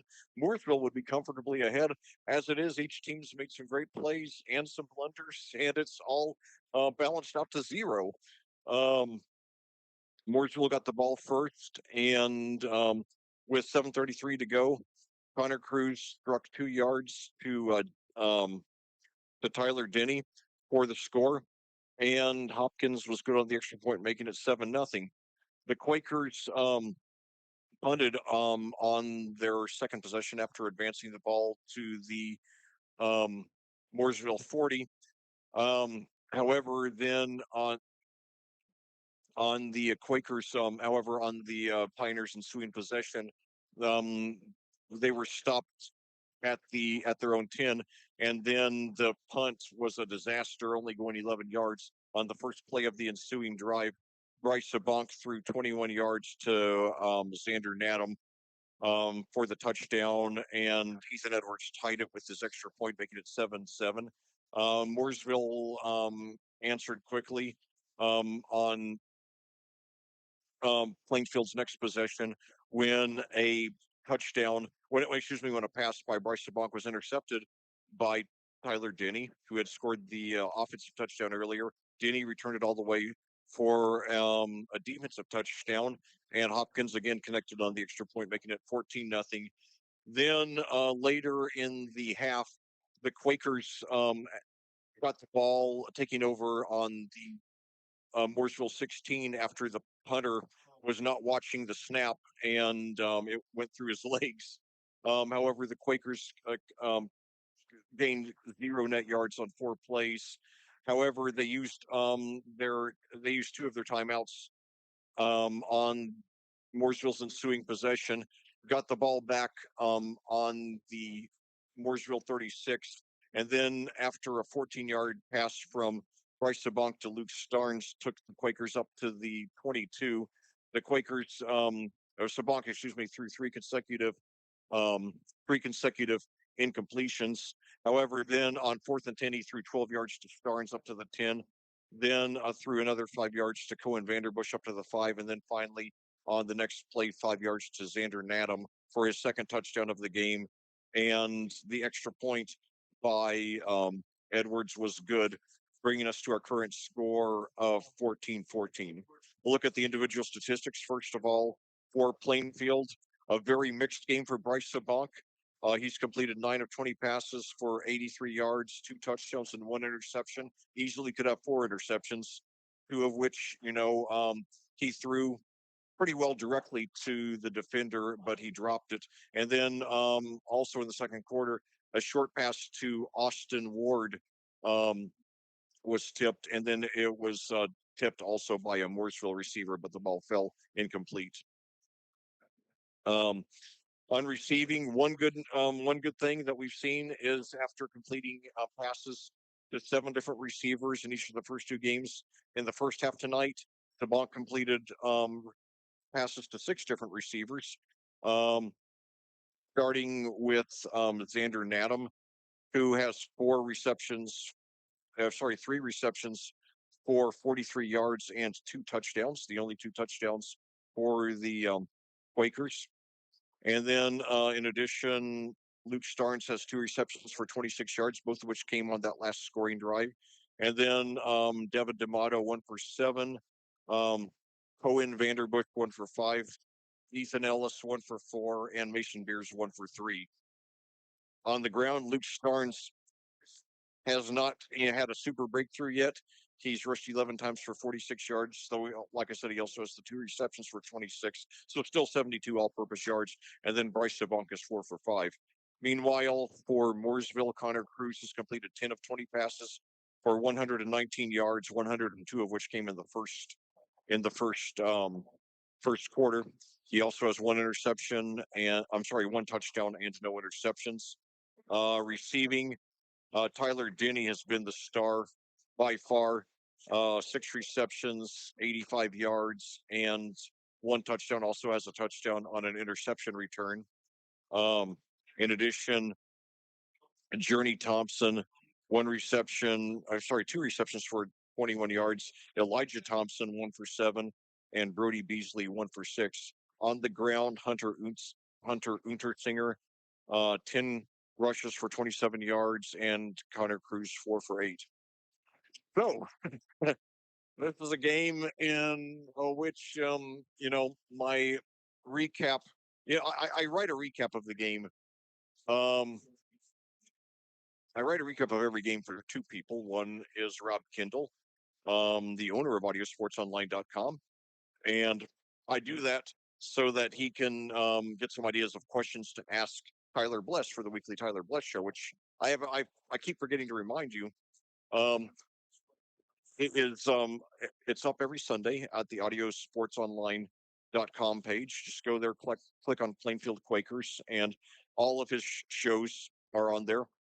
There have been 4 so far this season: the season preview, the week 1 preview, and the week 1 and week 2 recaps. So anyway, I give it to Rob. I give the recap to Rob, and then to my son Liam, who posts um, about the game to his Insta. He posts about each game to his Instagram story. And anyway, one ritual he has is always um, um, filming the scoreboard when there's no time left. It's showing the final score. And so, last week's, it's ironic that the week 1, my week 1 story was relatively short, especially by my standards, because I'm a super analytical person by nature, which is one reason why I love football commentary. I love talking about things that I'm passionate about. Um, and then, um, last week it was unusually long, and this week, regardless of how the second half goes, this one's going to be unusually long because even if the second half is ordinary, the first half gave me so much to write about. So anyway, going back a couple of weeks to the Terre Haute South game, what it taught me is that for whatever reason, Plainfield does not do well in the first half against Terre Haute South. We've played the Braves each of the past 3 seasons. Each time we were shut out in the first quarter. Each time we finally got going in the second quarter and cruised to the victory. In fact, very easily in the first and third years. Last year, they gave us a run for our money. And then last week, I learned that this team needs, needs to start finishing drives. Last week they they had 4 offensive possessions in the first half. Came away with no points on offense. We did get the touchdown on the 75-yard punt return by Ty White, and tonight, um, two first, 6 first round, 6 first half possessions. We only complete 2 of them. One of them, we turned it over on downs at the 16. Another one, we missed a 26-yard field goal. So if we had, completed those, you know, that's 10 points right there. So, that's at least 10 points we're leaving on the field.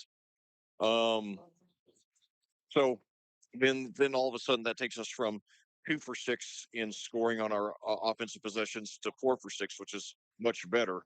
And then also on our, let's not forget, we got up to the Mooresville 40 on our first possession.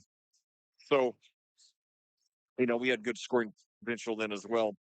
But we do get the ball first to start the second half. So hopefully, we'll be a second half team tonight like we were last week. And if we do, I think we'll be fine. What we got to do is get in the lead. We have not had the lead yet. Both times Mooresville took a 7-point lead. Both times we came back to tie it. Um, so if we get the lead, one thing, when you have teams that rely primarily on their passing, which Mooresville does, by my count, tonight they have only 14 rushes, 35 yards, just about, yeah, just exactly 2.5 yards a carry. Um, if we can induce them to pass, um, and put ourselves in a position where we just have to take away the big play, that will tip the game in our favor.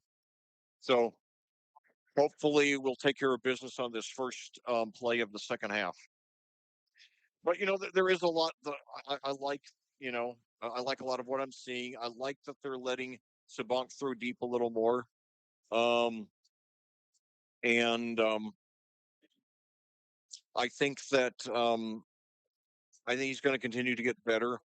And I think especially when he and Nadam, built build more chemistry. Nadam already 17 receptions through the first 2.5 games, already 3 touchdowns. Um, Sabank has 4 touchdown passes on the season. Um, he oh, excuse me, Sabank already and Sabank has 5 touchdown passes on the season, which is exactly what he had last year. So he has as many touchdown passes now through 2.5 games as he did last year in 11 games. Um, and it's likely that by next week he will surpass the 559 yards that he had last year. So, Plainfield is getting better on passing offense. Once we finish drives, we'll be all right. And I think if we have a few big passing plays, that's going to open some more doors for Starnes. Mooresville has clamped down on him, and they have not contained him. They have not shut him down, but they have contained him. They stopped him from going crazy. Um, he had that 20-yard rush, and then other than that, he's averaged just about typically 2 or 3 yards a carry. Um, and then they've stopped him for a few, for no gain or a slight loss. So now we got 2:44 to go on the halftime clock, and I'll tell you, it's great to see all these Plainfield fans here at a road game. We've got about 500 Plainfield fans filling the visiting bleachers now. A lot in the standing room too. We had a couple of hundred, who made the hour-plus trip to Terre Haute down I-70 a couple of weeks ago. But the next couple of weeks, we are going to be at home. In fact, it's going to be our only homestand of the season.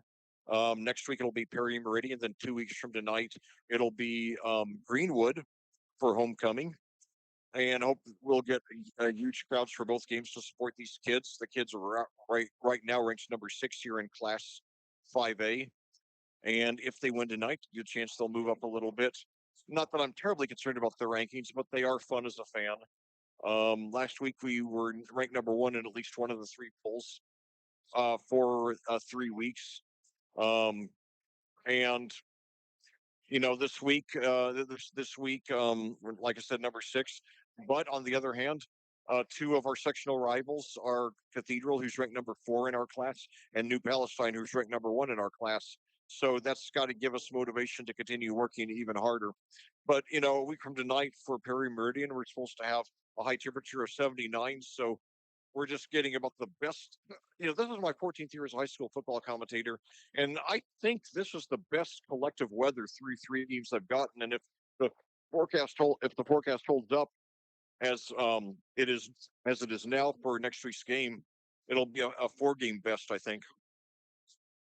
So, you know, um, usually we have a couple of scorchers, to start the season. I remember a couple of years ago they had a heat advisory. Um, for the Harrison game in week 2, that took us where they ended up starting it at 8 p.m. Um, and then I remember back when I was alternating between Plainfield and Cascade back in 2018. I was down in Spencer, Indiana, to commentate Cascade at Owen Valley. It got to be 93 degrees that day. I think it was 86 for the opening kickoff, and that was week 6. So, I've had some bad weather, and of course, last week, um, we had the lightning delay back in week 2, where the game was postponed until Saturday after we'd already made the trip up there to Tippecanoe County near the Purdue campus. So hopefully we'll get great weather like this all season, and hopefully that'll help attendance. Because one sad thing about Indiana high school football is that it's been at an all-time high in popularity in the last generation, and yet by the time the playoffs roll around, when we have bad weather, we often get poor attendance. Like I remember one year I commentated, it was 2017. I commentated um, Fishers at Hamilton Southeastern in the playoffs. Two teams located in the city of Fishers, 3 miles apart. You know, I had commentated them. I think 2014, and I think they had 5,000 people there. But I commentated them one night in frigid conditions in the upper 30s for kickoff, and it was they had I think under 500 people there. It was really sad. Um, but anyway, we got the players now warming back up for the second half. And right now, let's take a short pause for some more words for sponsors, and then we'll be back with the second half kickoff. You're listening to Plainfield Quakers here on AudioSportsOnline.com. Your score: Plainfield and Mooresville tied at 14. This broadcast of Plainfield Quakers football on AudioSportsOnline.com is brought to you by the generous donations of our sponsors. We would like to thank them, and we hope you will support them. They are Frigid Frog, New Wave Solutions, Ganell Financial, Crone Family Construction, Adrenaline Fundraising, Crest Point Real Estate Coach P, Chris Pearson, Selwith Jones and the Stewart Home Group, Remax Centerstone, Julia Burbrich, Flora Brothers Painting, I-70 Wrecker Service and Garage, Units Moving and Portable Storage, Haynes Roofing and Remodeling LLC, Headquarters Barbershop, Edward Jones, Chris Houskins, Ellison Associates, and BGW Construction and Legacy Motorsports. Thank you, sponsors. Your support for the student athletes of Plainfield High School is greatly appreciated. Well, back here at Mooresville, we're about to start the second half with your Plainfield Quakers and the arch rival Mooresville Pioneers tied at 14. It's been an up and down game of spectacular plays and blunders by both teams, which, like I said in the first half recap, has balanced out to 0. So hopefully the Quakers will get it going here in the second half like they did last week, where they scored 28 second half points, all by Luke Starnes, all on rushes. And then run away with the win, giving them their third consecutive 3-0 start. The Quakers do get the ball to start the second half. 8:38 your time of day, so we are probably going to be going to a close to 10 tonight. Hopefully, I'll find a McDonald's open where the lobby is open. I'll tell you, the COVID era really gave me an aversion to drive-throughs.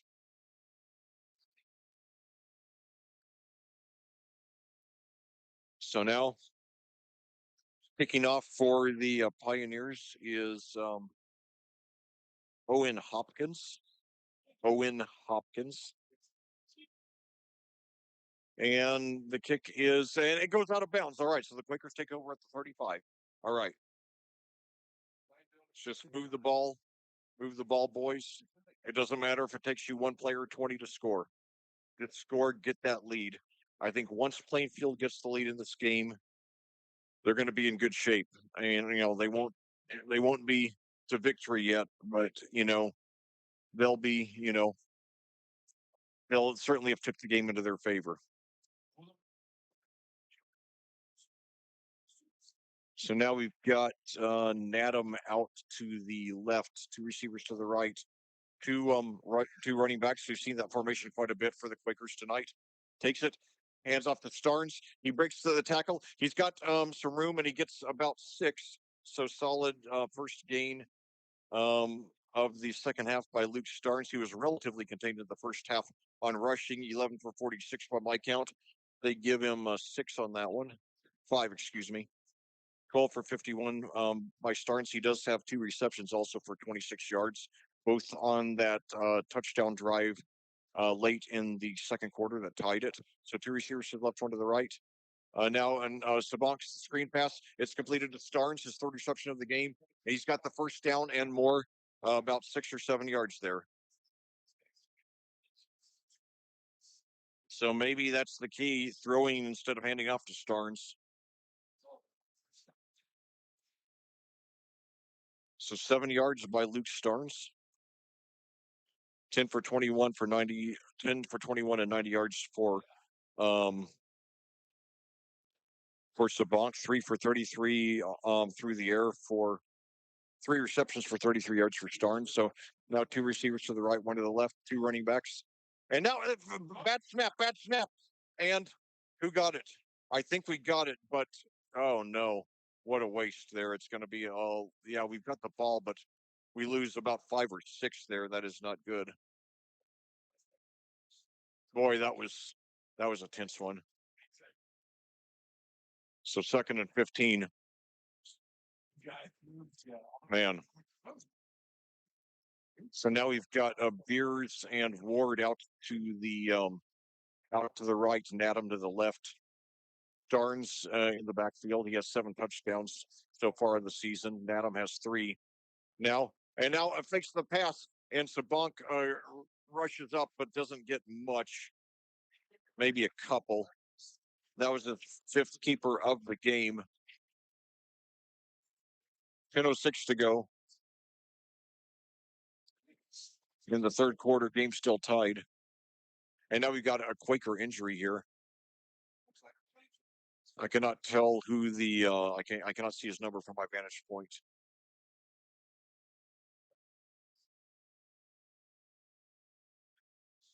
Hopefully he will be okay.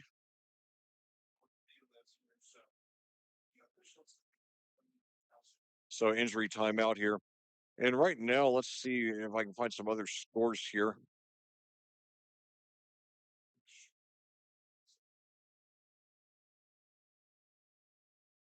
Player still on the ground. He is rolling around. Hopefully this is not serious.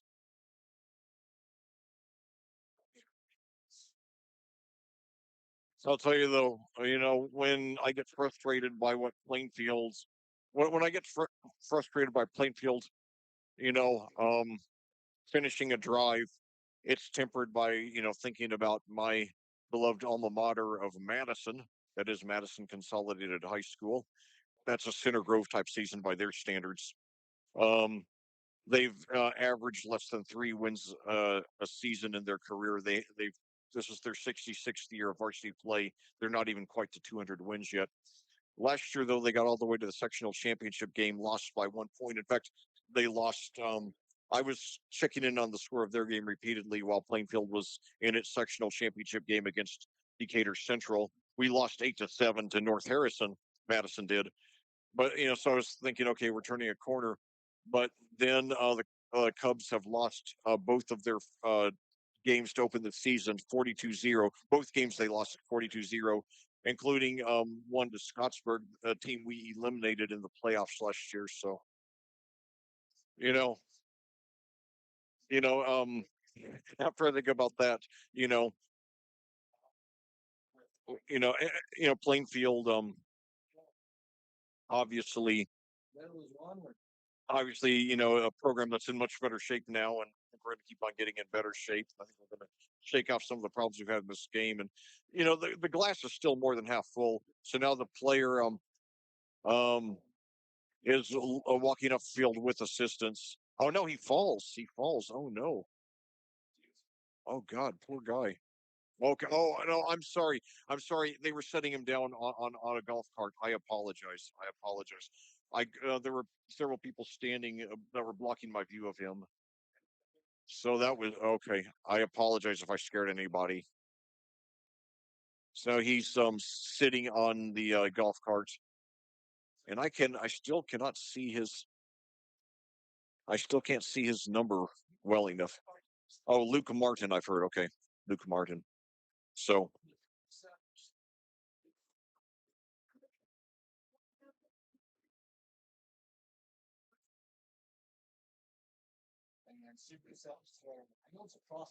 yeah, Luke Martin. He is a junior defensive lineman. We wish him a full and speedy recovery. So now the Quakers, a very critical 3rd and 14 here. So now Sabak takes the snap, drops it back, throws up the and he's got a Nadam's got it for the first down. Yes, inside the 40. All right, all right. So the second big conversion of the Quakers. Oh man, that could have been a disaster after that, a fumble there. So Nadam with his fourth reception.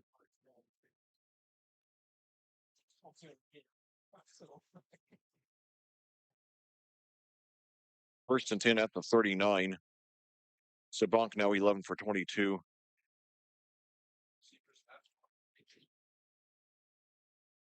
Sabonk takes it, and now thinks, and now he throws. He's got Nadam, and he's going all the way for the touchdown. Yes, yes, and the Quakers take their first lead. Oh my God! What a spectacular turn of events! What a spectacular turn of events! That's number 3 on the game, number 4 in the season for Xander Nadam, unquestionably the MVP of this game. All right. So Sabonk now his third touchdown of the game, 6th of the season. He had 5 last year, starting all 11 games. So he's already topped that in just over 2.5 games this year. So now a high snap, and now they go for the 2-point conversion, and it's no good. No good. That snap was high. I don't think that was intended. So disappointing. They missed the conversion, but the Quakers did. Quakers did get a very big, touchdown there to take their first lead of the game. 39 yards to from Sabunk to Xander Nadam after the Quakers um,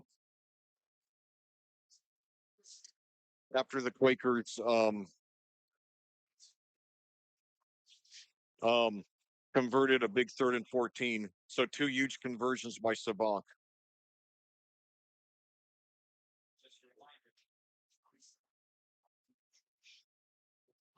So your score: Plainfield 20, Mooresville 14. The Quakers have their first lead of the game. All 3 touchdowns by Xander Nadam.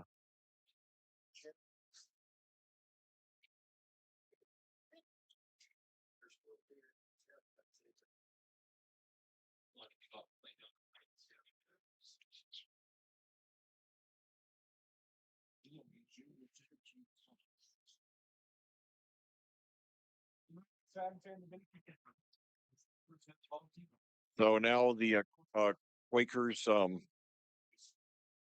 the kickoff, trying to hang on to that lead now.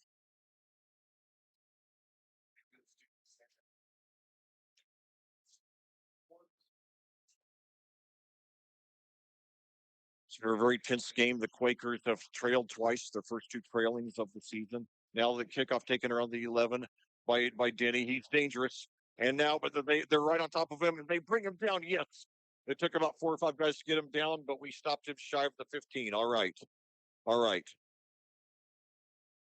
We got the momentum now. Let's just keep it going.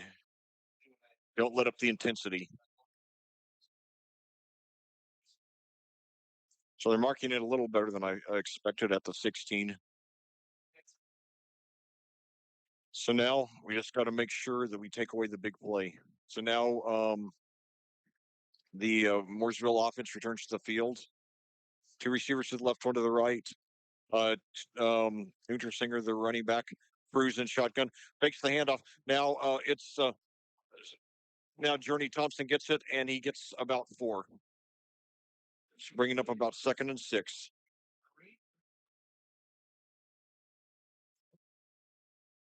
Cruz 11 for 21 now. So they give Journey Thompson credit for 4 there. His 3rd reception of the game. He's 3 for 25 now. 2nd and 6 now at the 20 for the Pioneers. Plainfield leading 20-14. 9:07 to go in counting here in the 3rd quarter. A lot of passing in this game. So now an I formation there, and now handoff there to Singer, and we got him for a loss. Yes, bringing up 3rd and long. All right. Yeah, Mooresville's not gotten a whole lot going on offense in this game, and they lose 2 right there. Untersinger 11 for 25 by my count.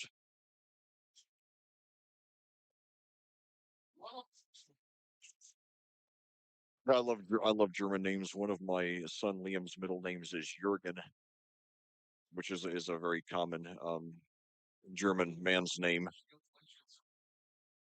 So one receiver at each side now, one running back, and now a low snap, but he gets it. Cruz now he's right, throws deep down the left side, incomplete, fourth down. So the will likely have a punt here, and Mooresville has not punted very well in this game. Their first punt went for 11 yards. Their second punt attempt was a snap through the punter's legs, and the third one, I think it went for about 30, but we converted it into a touchdown. So come on, boys. Now White standing in Mooresville territory at the 46. So now we got to get this two possession lead, and then we will be in really good shape. So now uh, uh, White takes it at the Plainfield 48. Now takes up to the 40, spins around, breaks the tackle up to the 35, 30, 25, 20, and up to about the 17. So that's about a 30-yard gain there, a 30-yard return by Ty White. A nice encore to his 75-yard touchdown last week. So now the Quakers in the red zone, a one score away from taking a two possession lead. That will be the first that either has had in this game, and that will put us in the driver's seat. 7:59 to go now in the third quarter. Quakers starting to seize the momentum. First and 10 Quakers at the 17. Two receivers to each side now. Starnes, the running back. Sabankin shotgun. Take it. He's got it. Throws into the end zone. And now he stops just short of the end zone. But yeah, it's Xander and Adam down to about the two. So Xander and Adam with 3 touchdowns already in this game. And he picks up 15 yards right there. I have him 6 for 114 and 3 touchdowns. I hope he's on your high school fantasy team this week. So first and goal at the 2 for the Quakers, trying to take their first 2 possession lead. 2 receivers to the right, 1 to the left. Handoff to Starnes, and they're right on top of him, and they bring him down right around the line of scrimmage. So okay, still got three more plays to punch it in 2 yards. We can do it. You know, obviously Mooresville had a plan to contain Luke Starnes tonight, and to a large extent they have, at least on rushing. I have him 13 for 51, although he does have 3 receptions for 33 yards, so averaging 11 per reception, which is very good. So now 3 receivers to the right. Actually, they got him for a -1 there. So second and goal at the 3. So now 2 receivers to the right, nobody out to. Oh, we got 1 receiver to the left now, and now Sabank. And now he gives it to Nadam. So yeah, a short pass to Nadam, his 4th touchdown of the game. So now I really super hope he's on your fantasy team this week. So Xander and Nadam, 7 receptions, 116 yards, 4 touchdowns, and Luke Starnes now has almost as many. Luke Starnes has almost as many touchdown passes tonight as he did all of last season. He had 5 last season. He has 4 tonight, 7 on the season. So now the Quakers going for a 2-point conversion. They've only had 1 planned 2-point conversion on the season. Now a handoff to Luke Starnes. He takes it around the right side, and he's in for his first score of the game. So Luke Starnes does get on the scoreboard tonight on a 2-point conversion, and that also makes up for the failed conversion to close out the first half. So you're Plainfield Quakers now with 21 unanswered points, and it looks like we're in good shape. We're in good shape, and I'm breathing a heck of a lot easier than I was. Wow, what a game! What a game! So the Quakers now have scored at least 28 points in every game. They scored 31 a couple weeks ago against Terre Haute. against Terre Haute South, and then scored 34 last week against Harrison, 28 tonight. So wow. Now what I want next week for Prairie Meridian and Greenwood the week after that. And I don't want to make the kids overconfident, but I will say we are far superior to either of those teams. As long as we don't screw it up, we'll win those games. Um, but I want to see good execution for all 48 minutes. Then the schedule gets tougher. We got Decatur Central, Franklin, Whiteland, and Martinsville. Martinsville looks like they're down this year, but you know we've got to keep on. If we got to play every game like we're preparing for Cathedral and New Palestine, because that's who we're going to have to go through, one or both of those teams, if we're going to do well in the playoffs. And now a good return by Denny. He takes it nearly to midfield, brought down around the 46. So yeah, they can still pull through the big play. We got to take away the big play.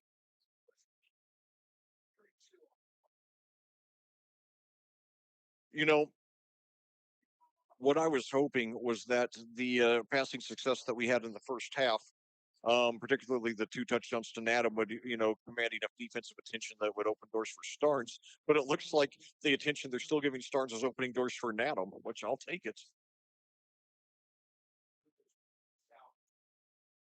So now it takes out to Denny. He's got through on the left side. That's the 35-30 to 25. So all of a sudden, we see Mooresville's not rolling over and dying.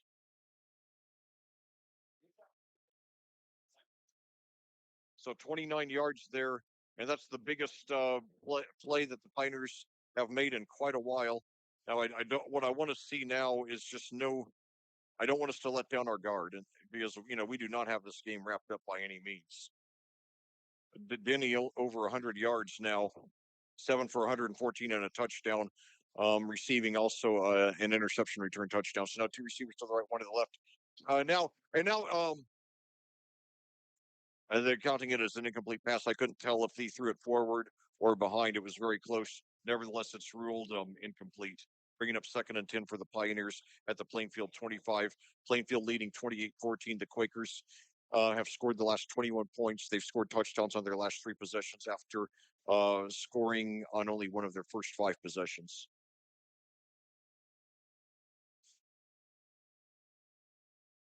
The officials are deliberating. Apparently, okay, so now no. Okay, so now they're saying they're counting it as a rush. So it's a loss of 5 then.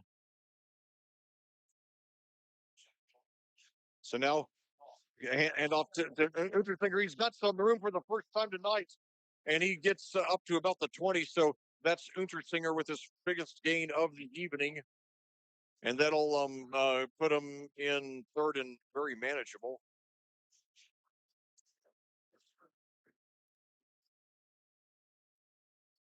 So 3rd and 5 now. Hopefully, we'll stop him. Under 6 minutes to go now in the 3rd quarter. Plainfield leading by 14. They trailed twice by 7 before turning it on their last 3 possessions. 3 receivers to the right, 1 to the left. So now Cruz drops back. He's pressured. Yes, yes, yes, yes. And that's going to be a huge loss. Probably 10 or 15. Let's see where they mark him. So now it's 4th and very long, and we might actually see a punt after all.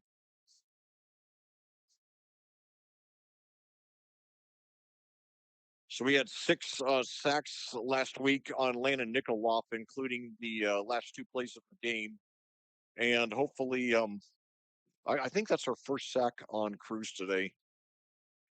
So, Plainfield, doing some good job putting pressure on the quarterbacks this season.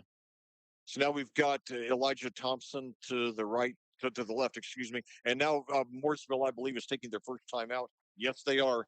So with an even 5 minutes to go in the 3rd quarter, Mooresville realizes that they've got to convert this, or Plainfield will have the chance to get the ball and take a 3-possession lead that would be nearly insurmountable.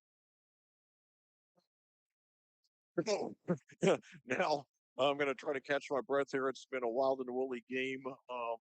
Like I said, during halftime, both teams in this game in the first half, some spectacular plays, some spectacular blunders, and it all evened out to zero because it was tied at 14. But now the Quakers um, brought their A game here in the second half, and unless the Quakers really screw this up big time, we're going to get the ball back with a chance to take that 3 possession lead. And um, I remember once watching an NFL Films recap of Super Bowl 20. That was the Chicago New England Super Bowl in the '85 season. And I remember somebody on the Bears said he wonders if New England had a chance, if New England had a game plan for anything other than Walter Payton. They contained him. He went 22 for 61 and did not get a touchdown in the game. Um, but you know, other than that, it was a thoroughly dominating performance by the Patriots, by the Bears. Excuse me, by the Bears. They won 46-10. I think New England had like 7 rushing yards for the game or something like that. Yeah, I would have never believed that 85 Bears nucleus would never win another Super Bowl or even get to another Super Bowl. So now, looks like they are, looks like Cruz is going to punt here. I guess they're going to try to pin the Quakers deep. Low snap. And now he punts out of bounds. He punts out of bounds. So the Quakers will take it around the 15, I think. Got a flag here. I'm not sure what it's about. 4:55 to go in the third quarter. Plainfield 28, Mooresville 14.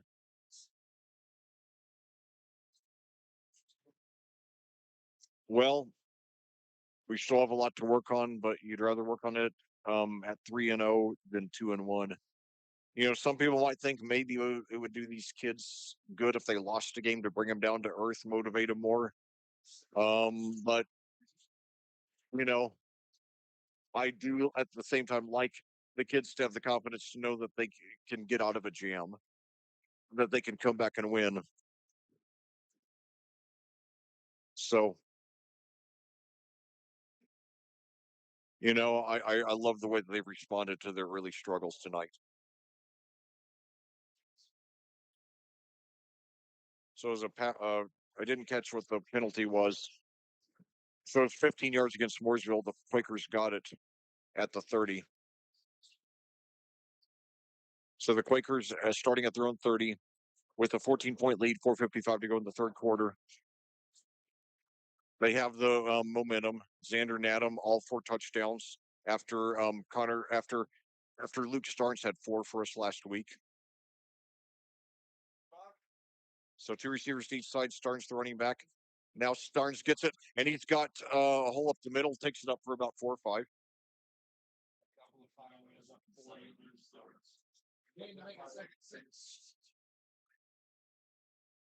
Starnes, a quiet game by his standards.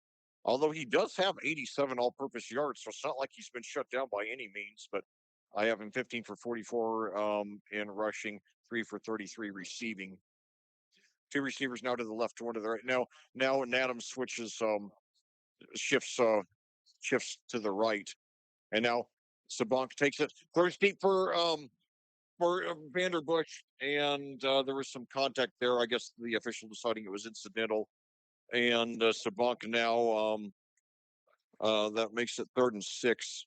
Sabank, I have him 14 for 26, 163 yards, 4 touchdowns. Alden Adam, 1 interception, which was returned for a touchdown. The first interception that he's thrown that's ever been returned for a touchdown in his 2 seasons and 14 games as a starter. So now Vanderbush out to the left, 2 receivers to the right, two running backs. 3rd and 6 for the Quakers.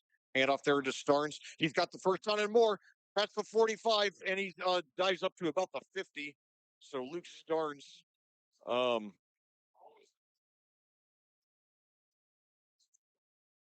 Luke Starnes now with a gain of 16. And now he has over 100 all-purpose yards in the game. A very quiet 103 all-purpose yards, 70 rushing, 33 receiving. 1st and 10 for the Quakers at the 50 now. 3:55 to go here in the third quarter at Mooresville. The shortest road trip of the season for the Quakers, just 5.5 miles from Plainfield. 2 receivers to the left, 1 to the right.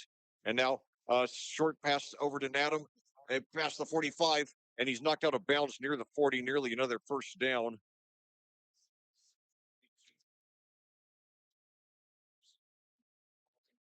So 9 yards there from Sabank to Nadam. That's become almost as familiar as Stockton and Malone in this game. 8 receptions by Nadam after 7 in each of the first 2 games. So now we got 2 receivers to the right. Now 3 receivers to the right, Nadam to the left. Starnes the running back. Second, and now we got some movement at the line and the play whistle dead. Let's see. And it looks like it's going to be against Mooresville, which would be an automatic first down for the Quakers.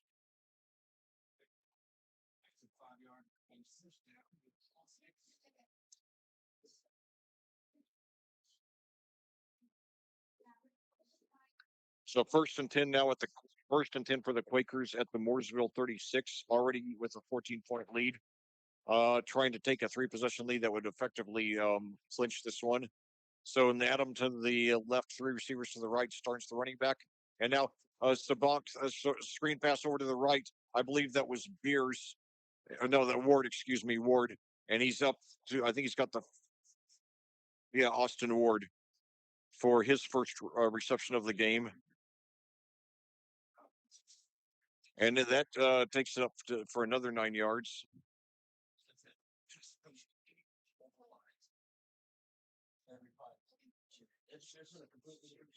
So now Ward with his first reception. So now I'll hold that thought. And now hand off to Starnes, and he gets up for about 5. They decided that Ward did get the first down after all. So another 5 for Starnes. He has 17 for 75 on the ground now. 2nd and 5 for the Quakers at the Mooresville 21.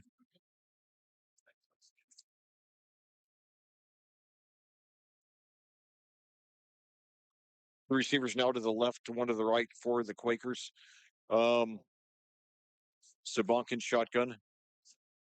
Hands off to Starnes. He's up the middle. He's going to be short of the first down, maybe a couple yards short.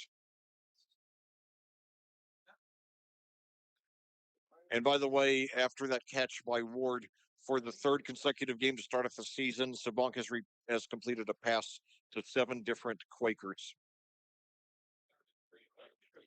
Very encouraging start to a team that didn't have much passing offense last season. So now 3rd and 3 for Plainfield, 2:09 to go at the Mooresville 19. Obviously 4-down territory. So now screen pass to Starnes, and he's got room around the left side inside the 10, knocked out of bounds around the 5. So Luke Starnes is actually having his best success tonight as a receiver. They give him 15 there, 4 for 48 on receptions for Starnes, and now Sabank closing in on 200 yards for the game. So 1st-and-goal at the 4 for the Quakers. 2 receivers now to 2 receivers to the right, Nadam to the left, Starnes, who has not scored tonight. The running backs. Nadam has all 4 touchdowns. Now Nadam goes in motion, hand off to Starnes, and he goes up the middle, and he's stopped at around the 2. Starnes on the ground, 79 on the ground, 79 on rushing, 48 on receiving, 127 all-purpose yards for Starnes. Just that's another day at the office for him. That's how good. That's how good we were accustomed to him being for the last 3 years. So now we've got Ward and Nadam to the left, 1 receiver to the right. Starnes the running back. 2nd-and-goal at the 2. Sabank takes it. Now he tries to run it in himself. And did he break the plane? Yes. So Bryce Sabank with his first touchdown of the game. and the first rushing touchdown for the Quakers in this game. In fact, the first touchdown for the Quakers for someone other than Xander Nadam, coming with 105 to go here in the in the third quarter. So it'll be 34-14. Plainfield leading with the conversion pending. The Quakers now 27 unanswered points. They had never trailed in each of the first two games. The only tie other than 0-0 was 2020 last week against Harrison, which we responded to by scoring touchdowns on our next two possessions to pull away and win. Um, However, tonight, after falling down 7-0 and 14-7, the Quakers have been on fire. Obviously, you know, we've got to start, becoming a four-quarter team rather than a second half team. Um, no points in offensive possessions four offensive possessions in the first half last week. Three turnovers on downs at the 6, 25, and two, all in Harrison territory. Then we got the ball to the 25, and the first half ended on an incompletion. Um, then this week, only one. This week, only one score in our first five offensive possessions. Threw away a couple of golden opportunities. And now Edwards on the extra point. It is up and it is good. So the Quakers now apparently on their way to a 3-0 start after a concerning um, first 22 minutes or so of the game. They have come alive and they are now scoring at will. They lead Mooresville 35-14 here on audiosportsonline.com. Right now, I meant to get into this at the halftime, but despite being a 54-year-old lifelong Hoosier, I knew nothing about the history of the flag of my home state. Um, Even though I'm a very proud Hoosier. I've lived in Indiana all my life. I assume I will for the rest of my life. Um, and I'm proud to be the only lifelong Hoosier in my family history. Um, my kids lived in Florida for a couple of years, and thankfully, both are back here now. And I'll hold that thought. I'm not gonna have time to do this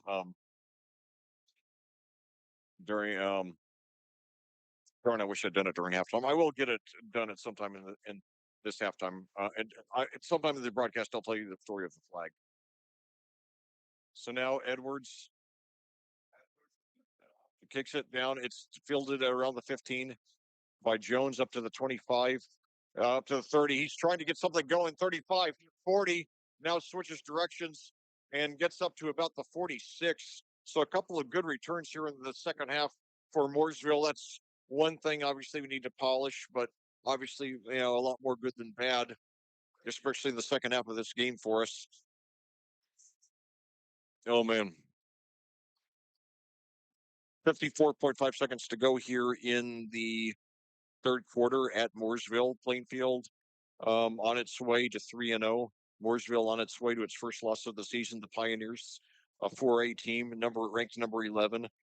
They've had some of their greatest success ever under head coach Mike Gill, and now in his ninth year. He's brought them 6 winning seasons, including 4 sectional championships and a regional championship.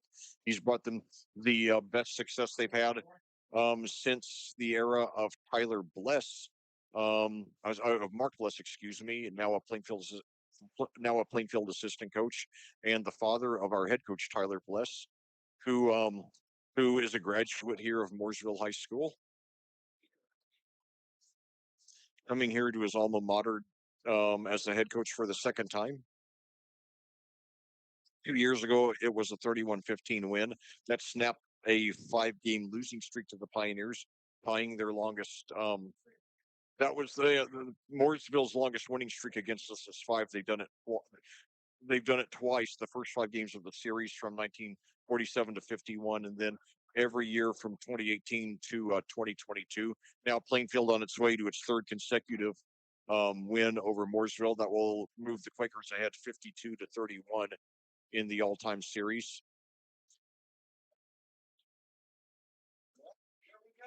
So now back to action here. The Quakers have the ball, and now the Quakers on the field are waving their arms, encouraging their fans to make some noise, which they are. I cannot hear it very well in this press box, but I hear it a little bit, and I see how animated they are.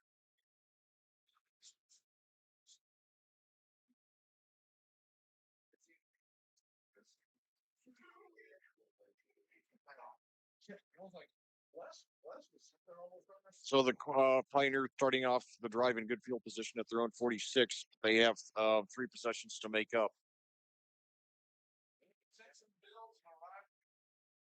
Officials are deliberating. I am not sure what they're deliberating about because I do not see a flag.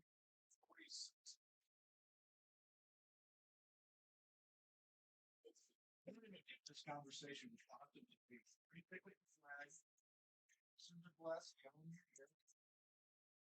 the Mooresville Pioneers, who are sitting to my left, are as much in the dark as I am as to what's going on here, why there's been this delay. I would have had time to read this all. So now 2 receivers to the left, 1 to the right, and low snap, and now he throws back to Denny. Now Denny throws deep downfield, and it is almost intercepted. Should have been intercepted, and that was Hayden Herbeck. Disappointed that he didn't get it. So yeah, that was they tried to trick play, and it was underthrown. So the first pass of the game by Denny.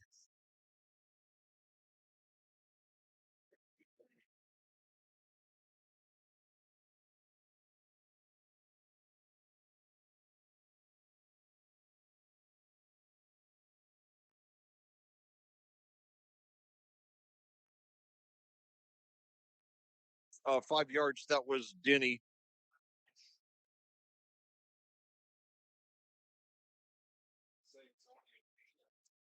So he gets a gain of 4.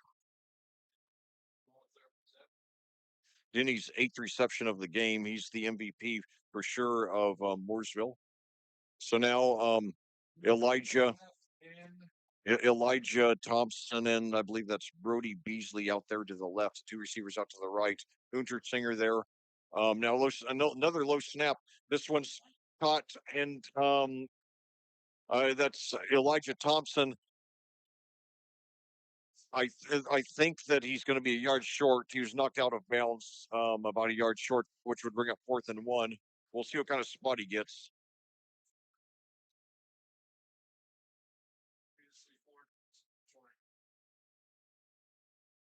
Give him credit for 4 on that. Elijah Thompson, that's his second reception of the game. His first went for 7, that went for 4. So now 2 receivers to each side now. Singer, the running back. Cruz takes it, and he rushes this one himself. He does have the first, and he gets up to about the 40, and the ball came out. Does Plainfield have it? Plainfield has it. All right. So Cruz gets the first down, but loses the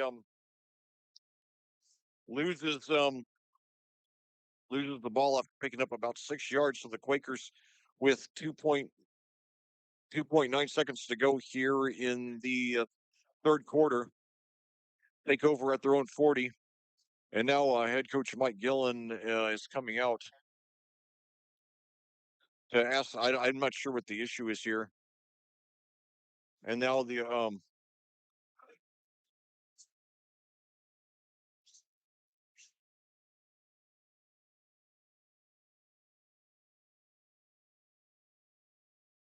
There's still 2.9 seconds to go here in the quarter.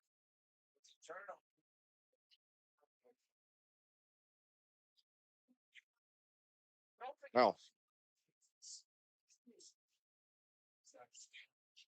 so anyway, so now Mooresville has taken its first time out of the game, trailing 35-14 with 2.9 seconds to go in the third quarter. And then after this, we got the quarter break. So anyway, right now I'll just go ahead and give you the list of our sponsors. This broadcast of Plainfield Quakers football on audiosportsonline.com is brought to you by the generous support of our sponsors. No, I won't have time after all. Sorry, well, you just have to wait one play and you'll get it.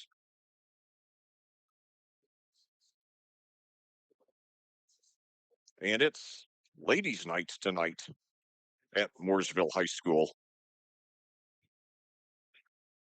I love randomness. All right, two receivers to the left, one to the right for Plainfield to start off.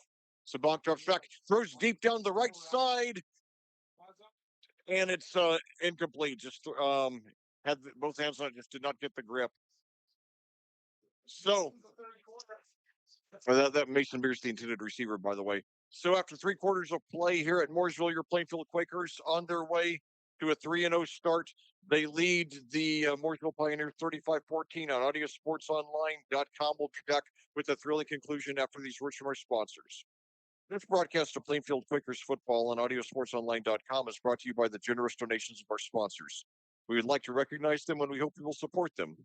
They are Frigid Frog, New Wave Solutions, Gunnell Financial, Crone Family Construction, Adrenaline Fundraising, Crest Point Real Estate Coach P, Chris Pearson, Selwith Jones and the Stewart Home Group, Remax Centerstone, Julia Burbrich, Flora Brothers Painting, I-70 Wrecker Service and Garage, Units Moving and Portable Storage, Haynes Roofing and Remodeling LLC, Headquarters Barber Shop, Edward Jones, Chris Hoskins, Ellison Associates, and BGW Construction and Legacy Motorsports.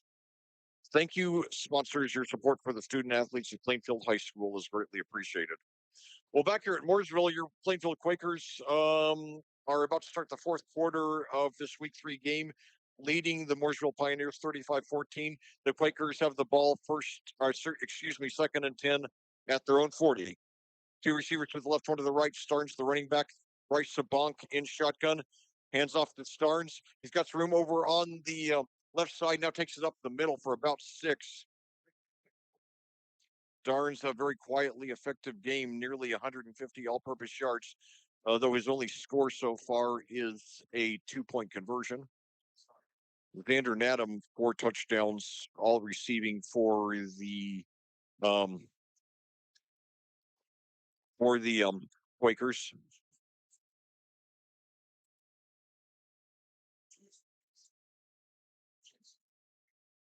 And now we got some movement at the line. No flag, though. Everybody gets back in motion.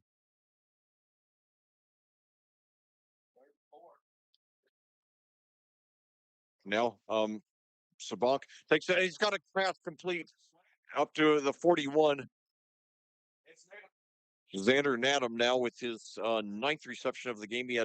He had 7 in each of the first 2. He's got 9 tonight, 13 on that one, 9 for 138, and that puts Starnes over 200 yards on the game.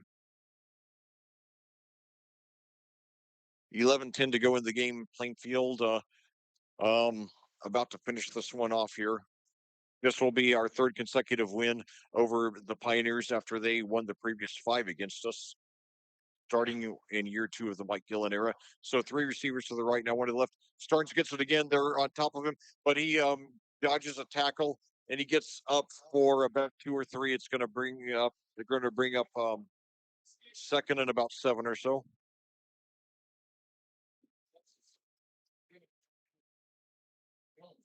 Only gave him credit for 2. I thought he'd get a slightly better spot. Nevertheless, Quakers in good position. 2nd and 8 at the Mooresville 39, leading 35-14, 10:25 to go in the game.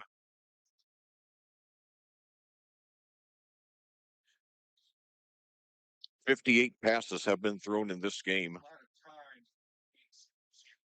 So now three receivers to the left, one to the right.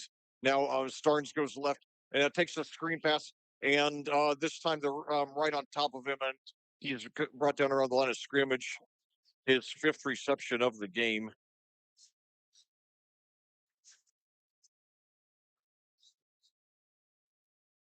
Got him for -1 there. Starnes had gained several yards on each of his previous receptions. So that was I like the call there. 3rd and 9 now at the 40. I would imagine if we don't get this and we're not close to the first down, we'll punt.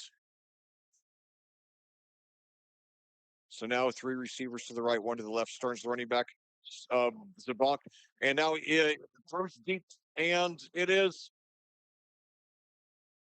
incomplete off his hands in the end zone.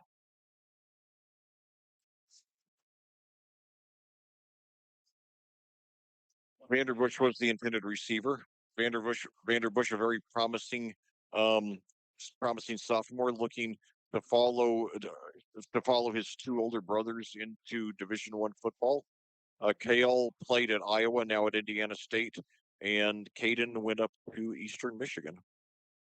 It's now the Quakers to punt here. Can't imagine they'd go for a fake here. They'll probably just try to pin the Pioneers deep. 9:18 to go. Tucker Mitchell there at the punt, and it bounces in, and this one, no, it goes into the end zone for the touchback. So it'll be only 20 net yards, but still good kick by Mitchell. Now we just have to take away the big play. And I am going to pop open my soda because I am very thirsty. I've not had anything to drink in about 9 hours. So I am ready. I paced myself for these. I'll have to explain to you sometime how I pace myself to get through these broadcasts. Hopefully you'll find it interesting. So anyway, Journey Thompson out to the left. Another receiver to the right. And now Hunter Singer gets it again, and he's brought down for a very short gain. Surprised they're doing any rushing at this point.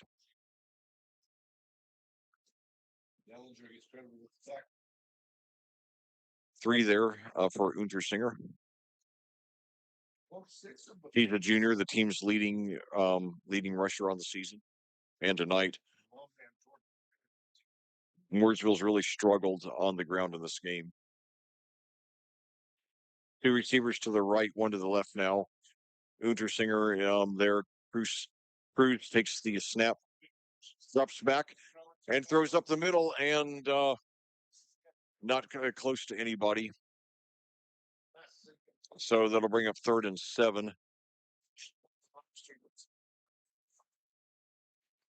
Cruz also struggled last year as a junior against us. He's had some very good games throughout his career, first at Covenant Christian and then the last 2 years at Mooresville.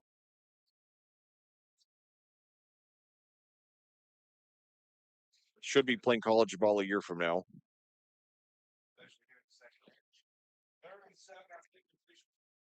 So now Journey Thompson to the right, Elijah Thompson to the left, and now Cruz takes it, drops it back. He's got time, and he throws out to Elijah Thompson, and he's got it. I think he got the first down. He does.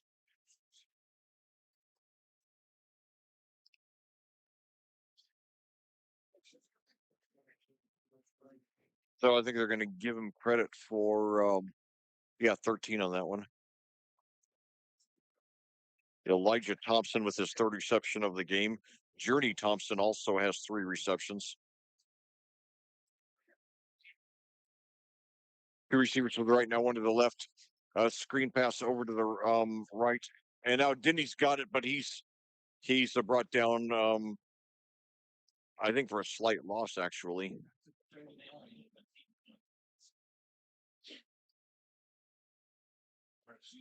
Marking him at the 34. So -2 there on that pass to Denny, his 9th reception of the game. He has both Mooresville touchdowns. 2nd and 12 now for the Pioneers. 2 receivers to the left, 1 to the right, 1 running back. Now it was Elijah Thompson gets it, and he's going to get about 8 yards, but he's going to be short of the first down.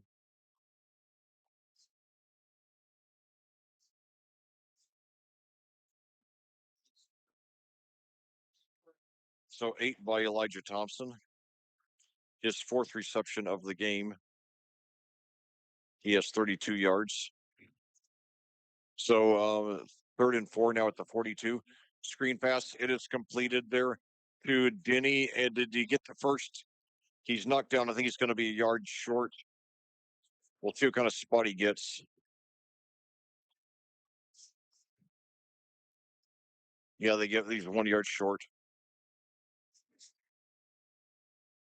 Denny with his 10th reception of the game. 119 yards and a touchdown, plus the interception return for a touchdown.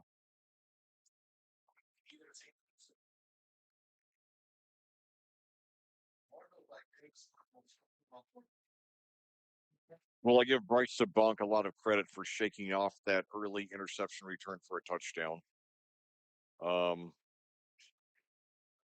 He's played very well since then overall, with 3 more touchdown passes to Nadam and then a keeper for a touchdown by himself.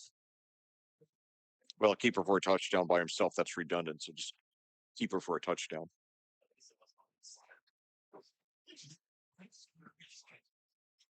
All right. So 4th and 1 now they're doing a measurement. So I think he's going to be short, but let's see.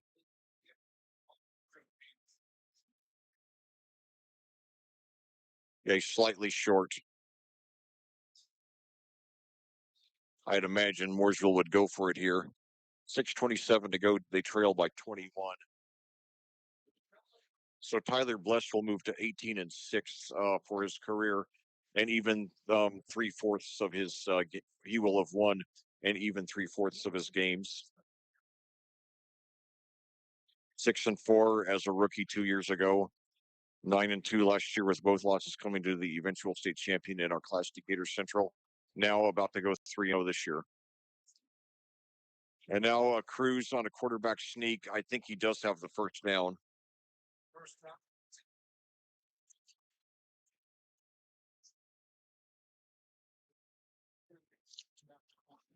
Credit for 2. All right. 6:17 to go in the game now.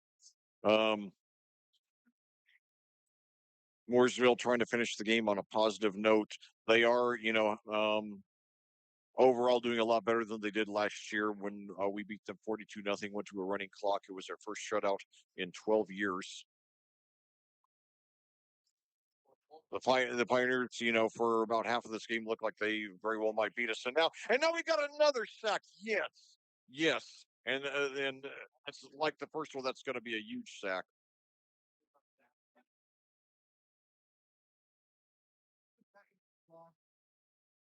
Let's see. So a 12-yard loss. So a 12-yard sack by the Quakers. The thing is, Cruz, sometimes he runs so far back.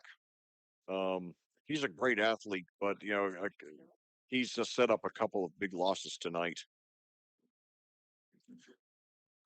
Mooresville, since I've been commentating, Mooresville's had a couple of they've had a couple of great quarterbacks, and Cruz is another one of them. But 2 receivers to the right, 1 to the left. Now another trick play. Denny he does gain a few yards, but he's falls far short of the first down. There was a double reverse there. So Denny with his first rush of the game. He's the first Pioneer other than Untersinger and Cruz to rush in this game.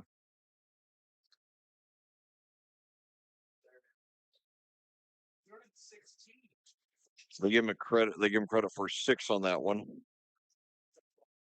It was worth a try. You never know what a trick like that might produce. So now we've got Denny and Journey Thompson out to the right, Elijah Thompson to the left, Untersinger the running back, Cruz in shotgun, takes it, drops back, throws deep down the left side for, and it's overthrown. Uh, Elijah Thompson was the intended receiver there. 65 passes thrown in this game, 9:36 your time of day, 4:55 to go. And if now it's 4th and 16. So when Plainfield gets the ball back, I'd imagine we'll probably see some reserves here, but we'll see.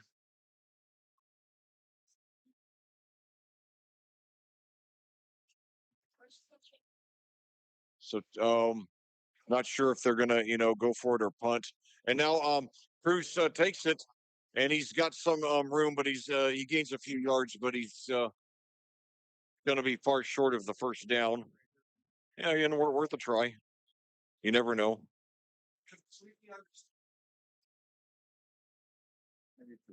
So Plainfield takes over, 4:49 to go.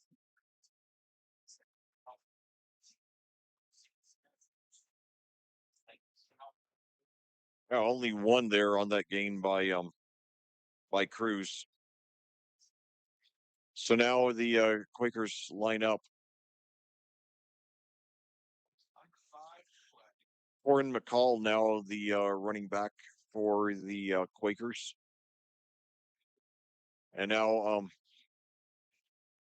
McCall gets up for about 5 there, or McGill. I don't know why I keep calling him McCall. Warren McGill, who I'm hoping will emerge as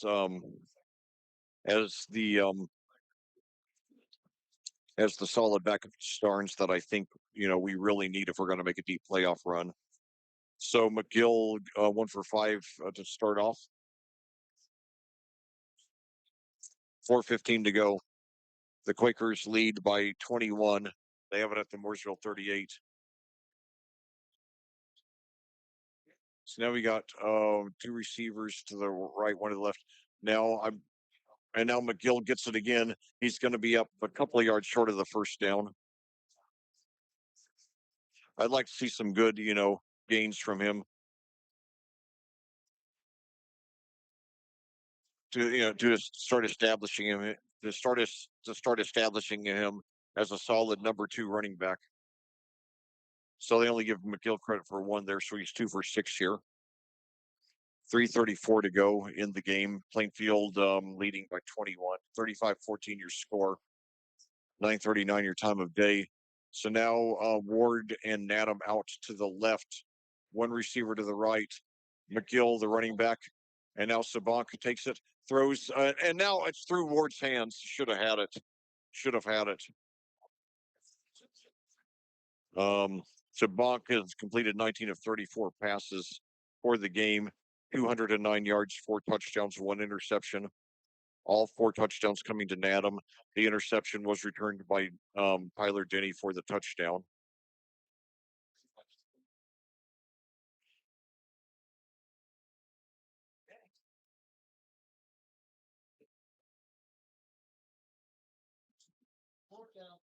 $15 to go. Well, let me read this real quickly.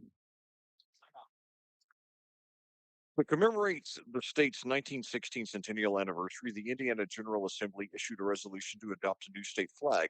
At the request of the General Assembly, a contest was sponsored by the Indiana Society of the Daughters of the American Revolution to design a flag to serve as the official state banner.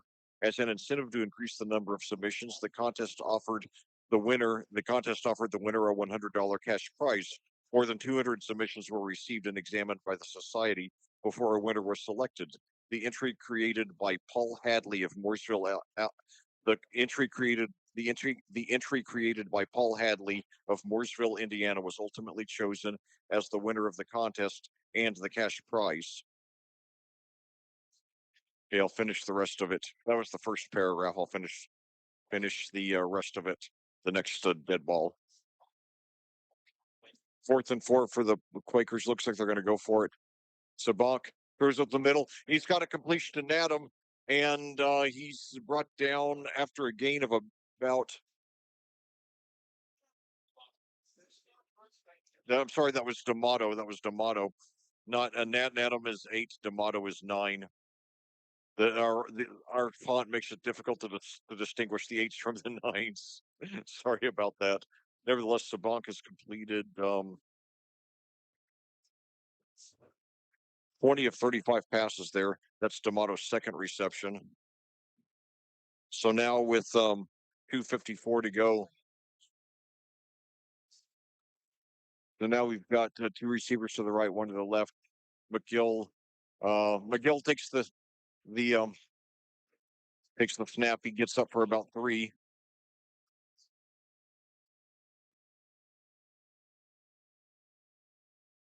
2:37 to go. 2:37, just like the room number in The Shining, a movie that is part of my daily vocabulary. And now we got a timeout here. Okay, so I will finish the story now. On May 31st, 1917, the flag was chosen as the state's official banner. The General Assembly made only one change to Hadley's original design.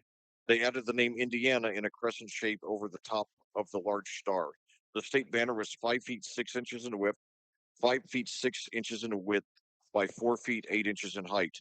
The state banner was later designated as the state flag in a statute passed in 1955 that also standardized the dimensions of the flag to be 2 by 3 units, 3 by 5 units, or any equivalent size. So there. Finally, like I said, I'm 54 years old. I just learned that while I was sitting in the press box before the game, and I wanted to share it with you because I like broadening your horizons besides mere football, and because it's a cool part of the history of our state. And it all happened right here in Mooresville by Paul Hadley. So thank you, Paul. Two receivers to the right, one to the left. Now McGill again, and he gets maybe 2 more. So Corin McGill, rushing moderately. McGill rushing moderately well in this final drive, 4 for 11. 2:14 to go now. 3rd and 5 at the Mooresville 22. Plainfield leading 35-14. 9:43 your time of day. This has been hold on. 2 receivers each side now. McGill now a pass to the left side and is up for the touchdown. I mean, sorry, for the first down. Excuse me. So that was Vanderbush there on the reception, his second of the game.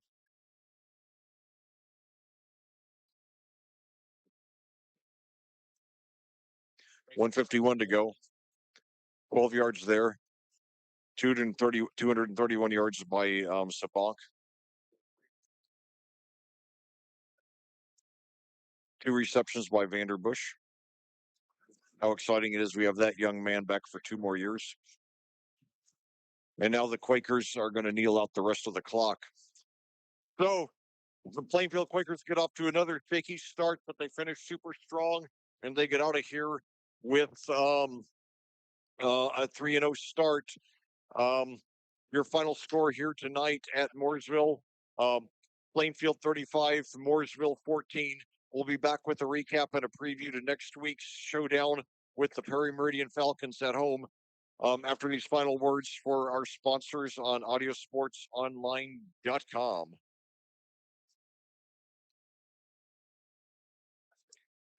This broadcast of Plainfield Quakers football is brought to you by the generous donations of our sponsors. We would like to recognize them and we hope you will support them. They are Bridget Frog, New Wave Solutions, Gunnell Financial, Crone Family Construction, Adrenaline Fundraising, Fresh Point Real Estate Coach P, Chris Pearson, Selwith Jones and the Stewart Home Group, Remax Centerstone, Julia Burbrich, Flora Brothers Painting, I-70 Wrecker Service and Garage, Units Moving and Portable Storage, Haynes Roofing and Remodeling LLC, Headquarters Barbershop, Edward Jones, Chris Houskins, Ellison Associates, BGW Construction, and Legacy Motorsports. Thank you, sponsors. Your support for the student athletes of Plainfield High School is greatly appreciated. Well, back here at Mooresville for a final time tonight, we're your Plainfield Quakers have moved to 3-0 on the season with the 35-14 win over the Mooresville Pioneers. Like last week, the Quakers got through a very shaky first half. This time they actually trailed for the first time all season, but they but then they turned it on starting late in the first half. That momentum carried over into the second half, and they cruised to the win. Um, Mooresville got the ball first and scored on their first possession with 7:33 remaining on a 2-yard pass from Connor Cruz to Hogan Denny. Owen Hopkin hit the extra point, making it 7-0. Then on Plainfield's second possession, um, Bryce DeBunk threw only the second interception of his career. It was returned by Hogan Denny for the touchdown. Um, oh, I'm sorry. Let me back up. Excuse me. Um, after Mooresville's initial touchdown, a 2-yard touchdown pass uh, from Connor Cruz to Hogan Denny. Then the Quakers answered on their second possession on a 21-yard touchdown pass from Bryce DeBunk to Xander Nadam. Ethan Edwards was good on the extra point. Ethan Edwards was good on the extra point, making it 7-7. However, on Plainfield's next possession, Bryce DeBunk threw a pass that was intercepted by Tyler Denny, who had scored the offensive touchdown earlier. This time he scored a defensive touchdown, and the extra point made it 14-0 with 9:35 to go in the second quarter. However, amazingly, that would be um, Mooresville's last score of the game. Then Plainfield squandered two opportunities later in the quarter. First, um, they missed a 26-yard field goal attempt by Ethan Ellis. Then, after the punter was not watching the snap and the ball went through his legs, and Plainfield recovered at the Mooresville 16, the Quakers turned it over um, on downs after gaining no net yards on 4 plays. However, then when Mooresville was on its last possession or last full possession of the first half. The Quakers used two of their three timeouts to get the ball back, and then finally their offense started to get in motion. With 8 seconds to go in the half, Bryce Shabonk threw 5 yards to Xander Nadam for his second touchdown of the game, and Edwards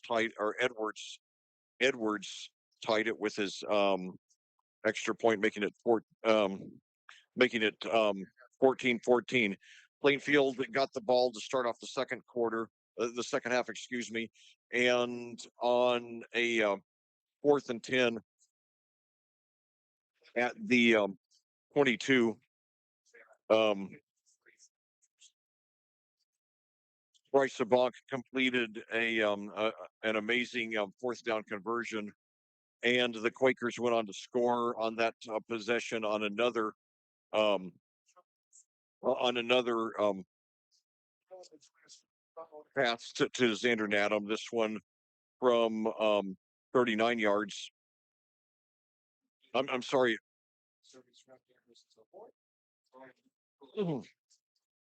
This time it was a 39-yard pass from Bryce Sabonk to Xander Nadam, and the 2-point conversion attempt failed, making it 20-14. And then Plainfield got the ball back on their next possession and scored with another touchdown pass from Sabonk to Nadam. And this time, Luke Starnes went for the 2-point conversion, and he made it, which gave him what turned out to be his only score in the game. He scored 7 touchdowns over the first two games. Scored only a 2-point conversion tonight, though he did, make a lot of good plays for us. And finally, with 105 to go in the quarter, Sabonk took it in himself, 2 yards for a rush, and Edwards was good on the extra point again, making it 35-14, which turned out to be the final score. There was no scoring in the fourth quarter. We'll look at the individual statistics first of all for Plainfield. Bryce DeBonk completed 21 of 36 passes for 231 yards, 4 touchdowns, and 1 interception. And for the third consecutive game, he completed passes to 7 different Quaker receivers, led by Xander Nadam, who had a monster game. He had 7 receptions for 72 yards and a touchdown against Terre Haute South 2 weeks ago. Last week against Harrison, 7 for 75. Tonight, 9 receptions, 138 yards, 4 touchdowns. Luke Starnes had 4 touchdowns last week. Xander Nadam 4 tonight. Other than that, Starnes was actually our number 2 receiver tonight. He had 5 receptions for 47 yards. They were clamping down on him on rushing, but he did, have more success receiving. Like I said, 5 for 47. Other than that, Devin D'Amato went 2 for 17. Owen Vanderbush also 2 for 17. And in addition, Austin Ward 1 for 10, Ethan Ellis 1 for 4, and Mason Beers 1 for 3. On the ground, Luke Starnes 21 rushes for 87 yards. No touchdowns tonight, just a 2-point conversion. Corin McGill 4 for 11, all on the last drive. And Bryce DeBonk had 9 rushes for 4 yards and a touchdown. Meanwhile, for Mooresville, Connor Cruz completed 17 of 31 passes for 181 yards and a touchdown. Tyler Denny, not Hogan Denny, Tyler Denny, completed 0 of 1 pass. It was on a trick play. On receiving, Tyler Denny was unquestionably the star of the game for the Pioneers. He had 10 receptions for 119 yards and 1 touchdown. Also had an interception return for a touchdown. In addition, Elijah Thompson had 4 receptions for 32 yards. Journey Thompson 3 for 25, and Brody Beasley 1 for 6. On the ground, Hunter Untersinger 13 rushes for 38 yards. Tyler Denny 1 for -50. Struggled. They left some points on the field in the first half. Last week there were the four the four the 4 offensive possessions in the first half that produced no points. Three turnover, 3 turnovers on downs, all in Harrison territory at the 25-2. Then the play of the um, last play of the half was an incomplete pass from the Harrison 25. Then this week tonight, um, no points on 4 of our first 5 offensive possessions. We did obviously have the 21-yard pass from Sabak to Nadam. That was great. But then in the second quarter, we missed a 26-yard field goal, just 6 yards more than an extra point. And then after taking over, after the snap went through the punter's legs, taking over at the Mooresville 16, 4 plays, no net yards, turnover on downs. And then there were 2 passes that Sabank threw that could have been intercepted, and both 2 that the receiver had his hands on and just didn't get the grip on it. Then the other one was a tip by Austin Ward that was also tipped by a Pioneer player. So, I give Mooresville credit for showing up to contain Starnes. They did to some extent. Um, he did have 134 all-purpose yards, which actually that's by Starnes standards that is containing him.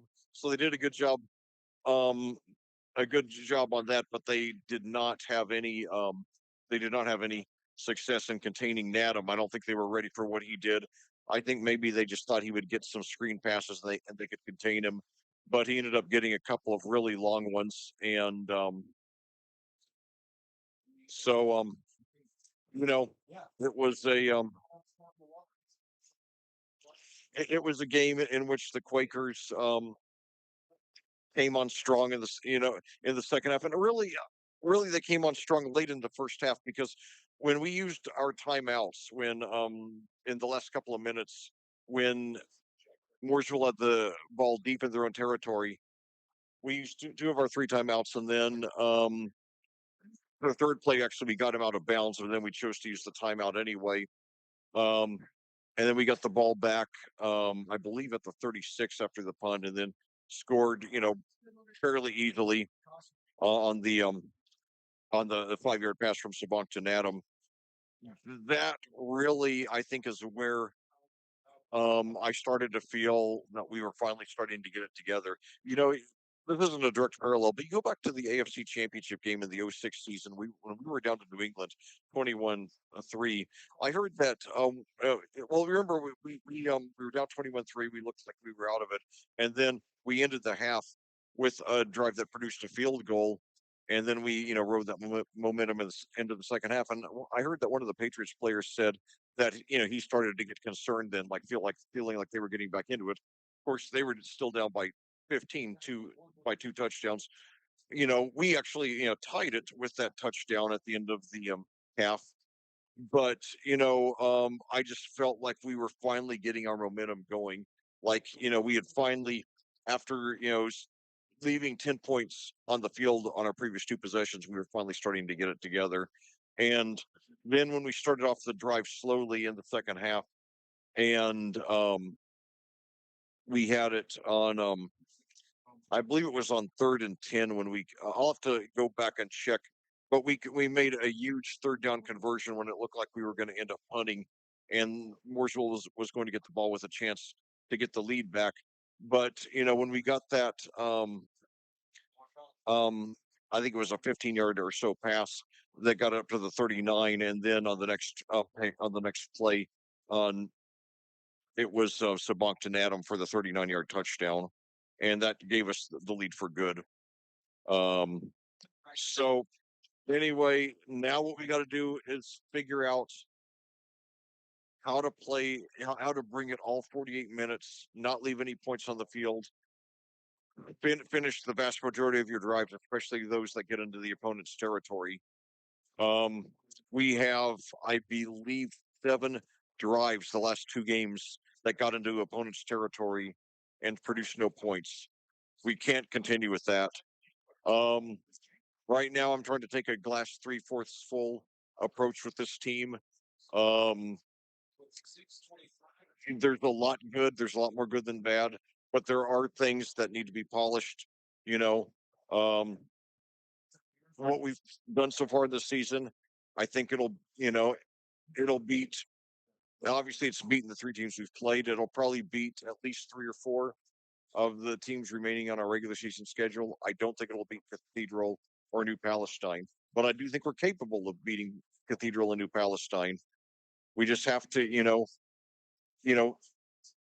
we have to polish those rough edges. But the good news is that there's nothing that's wrong with this team that cannot be fixed by what's right with this team, and there's a lot right with this team. So a third of the season, a third of the regular season, a third of the regular season is in the books now. We're 3-0, third consecutive year. 2 years ago, we started off 5-0, ended up 6-4 last year. We started off 5-0, ended up 9-2, with both losses coming to the eventual state champion Decatur Central. Um, so now we just have to start playing well all 48 minutes, and I do think we need to establish um, a second rusher to back up Starnes and to be someone who we can count on to come in and make some big rushes for us. Maybe it will be McGill. We'll see. But I think we're going to need that second back, that second alternative if we're going to make a deep playoff run, because Mooresville contains Starnes fairly well, and you can better believe that some of the better teams in the tournament will be able to do that as well. So anyway, good start through 3 games. Right now we're a good team. I think we could be a great team. And one cool thing is that we've played 2 of our first 3 games on the road, won them both. Now 4 of our next 6 are at home. 2 weeks ago, in the opener, they were destroyed by Franklin Central by a score of let me pull that up here. Yeah, they lost to Franklin Central 48-6. Granted, Franklin Central is ranked number 12 in Class 6A heading into their game at Brownsburg tonight, but still obviously a disappointment for Perry Meridian, a team that has made a lot of strides to move towards respectability in recent years. Last year they were 5-6, their first 5-win season in 9 years. Um, However, after that 48-6 loss to Franklin Central, they did come back and beat Southport 41-0 last year. And tonight they were hosting Franklin, so see if I can get a score of that one. But anyway, okay.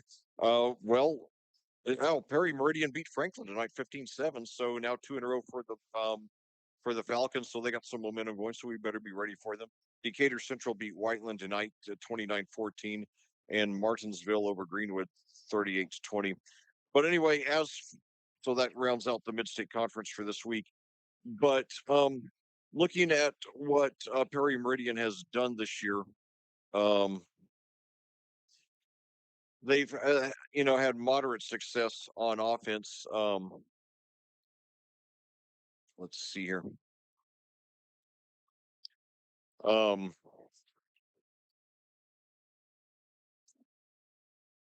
God, I hope I didn't erase their stats. Okay, here it is. Yeah, their starting quarterback is Jackson Shock. Well, that's a tongue twister. Um, through the first two games, he completed 23 of 44 passes for 356 yards, 3 touchdowns, and 3 interceptions. So moderate success. Though one player I'm really excited about seeing for Perry Meridian is their sophomore wide receiver Trevon Darden. Darden is in Christopher Darden. You might remember him from the O.J. Simpson trial. Darden has 8 receptions for 164 yards. That's an average of 20.5 per reception, also 2 touchdowns. In addition, senior Colton Barker has a solid start, 6 receptions, 61 yards, and a touchdown.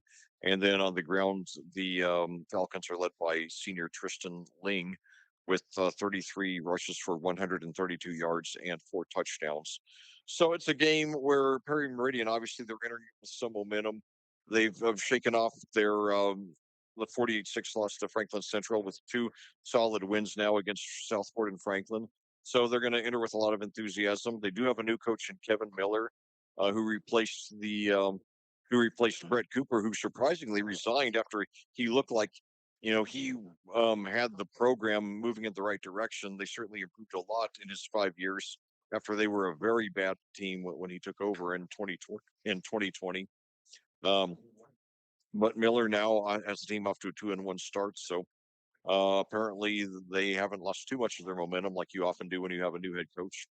So anyway, we're supposed to have 79 degrees for the high temperature. So I hope you all will get out there, fill up those bleachers, fill up the standing room, and cheer these kids on.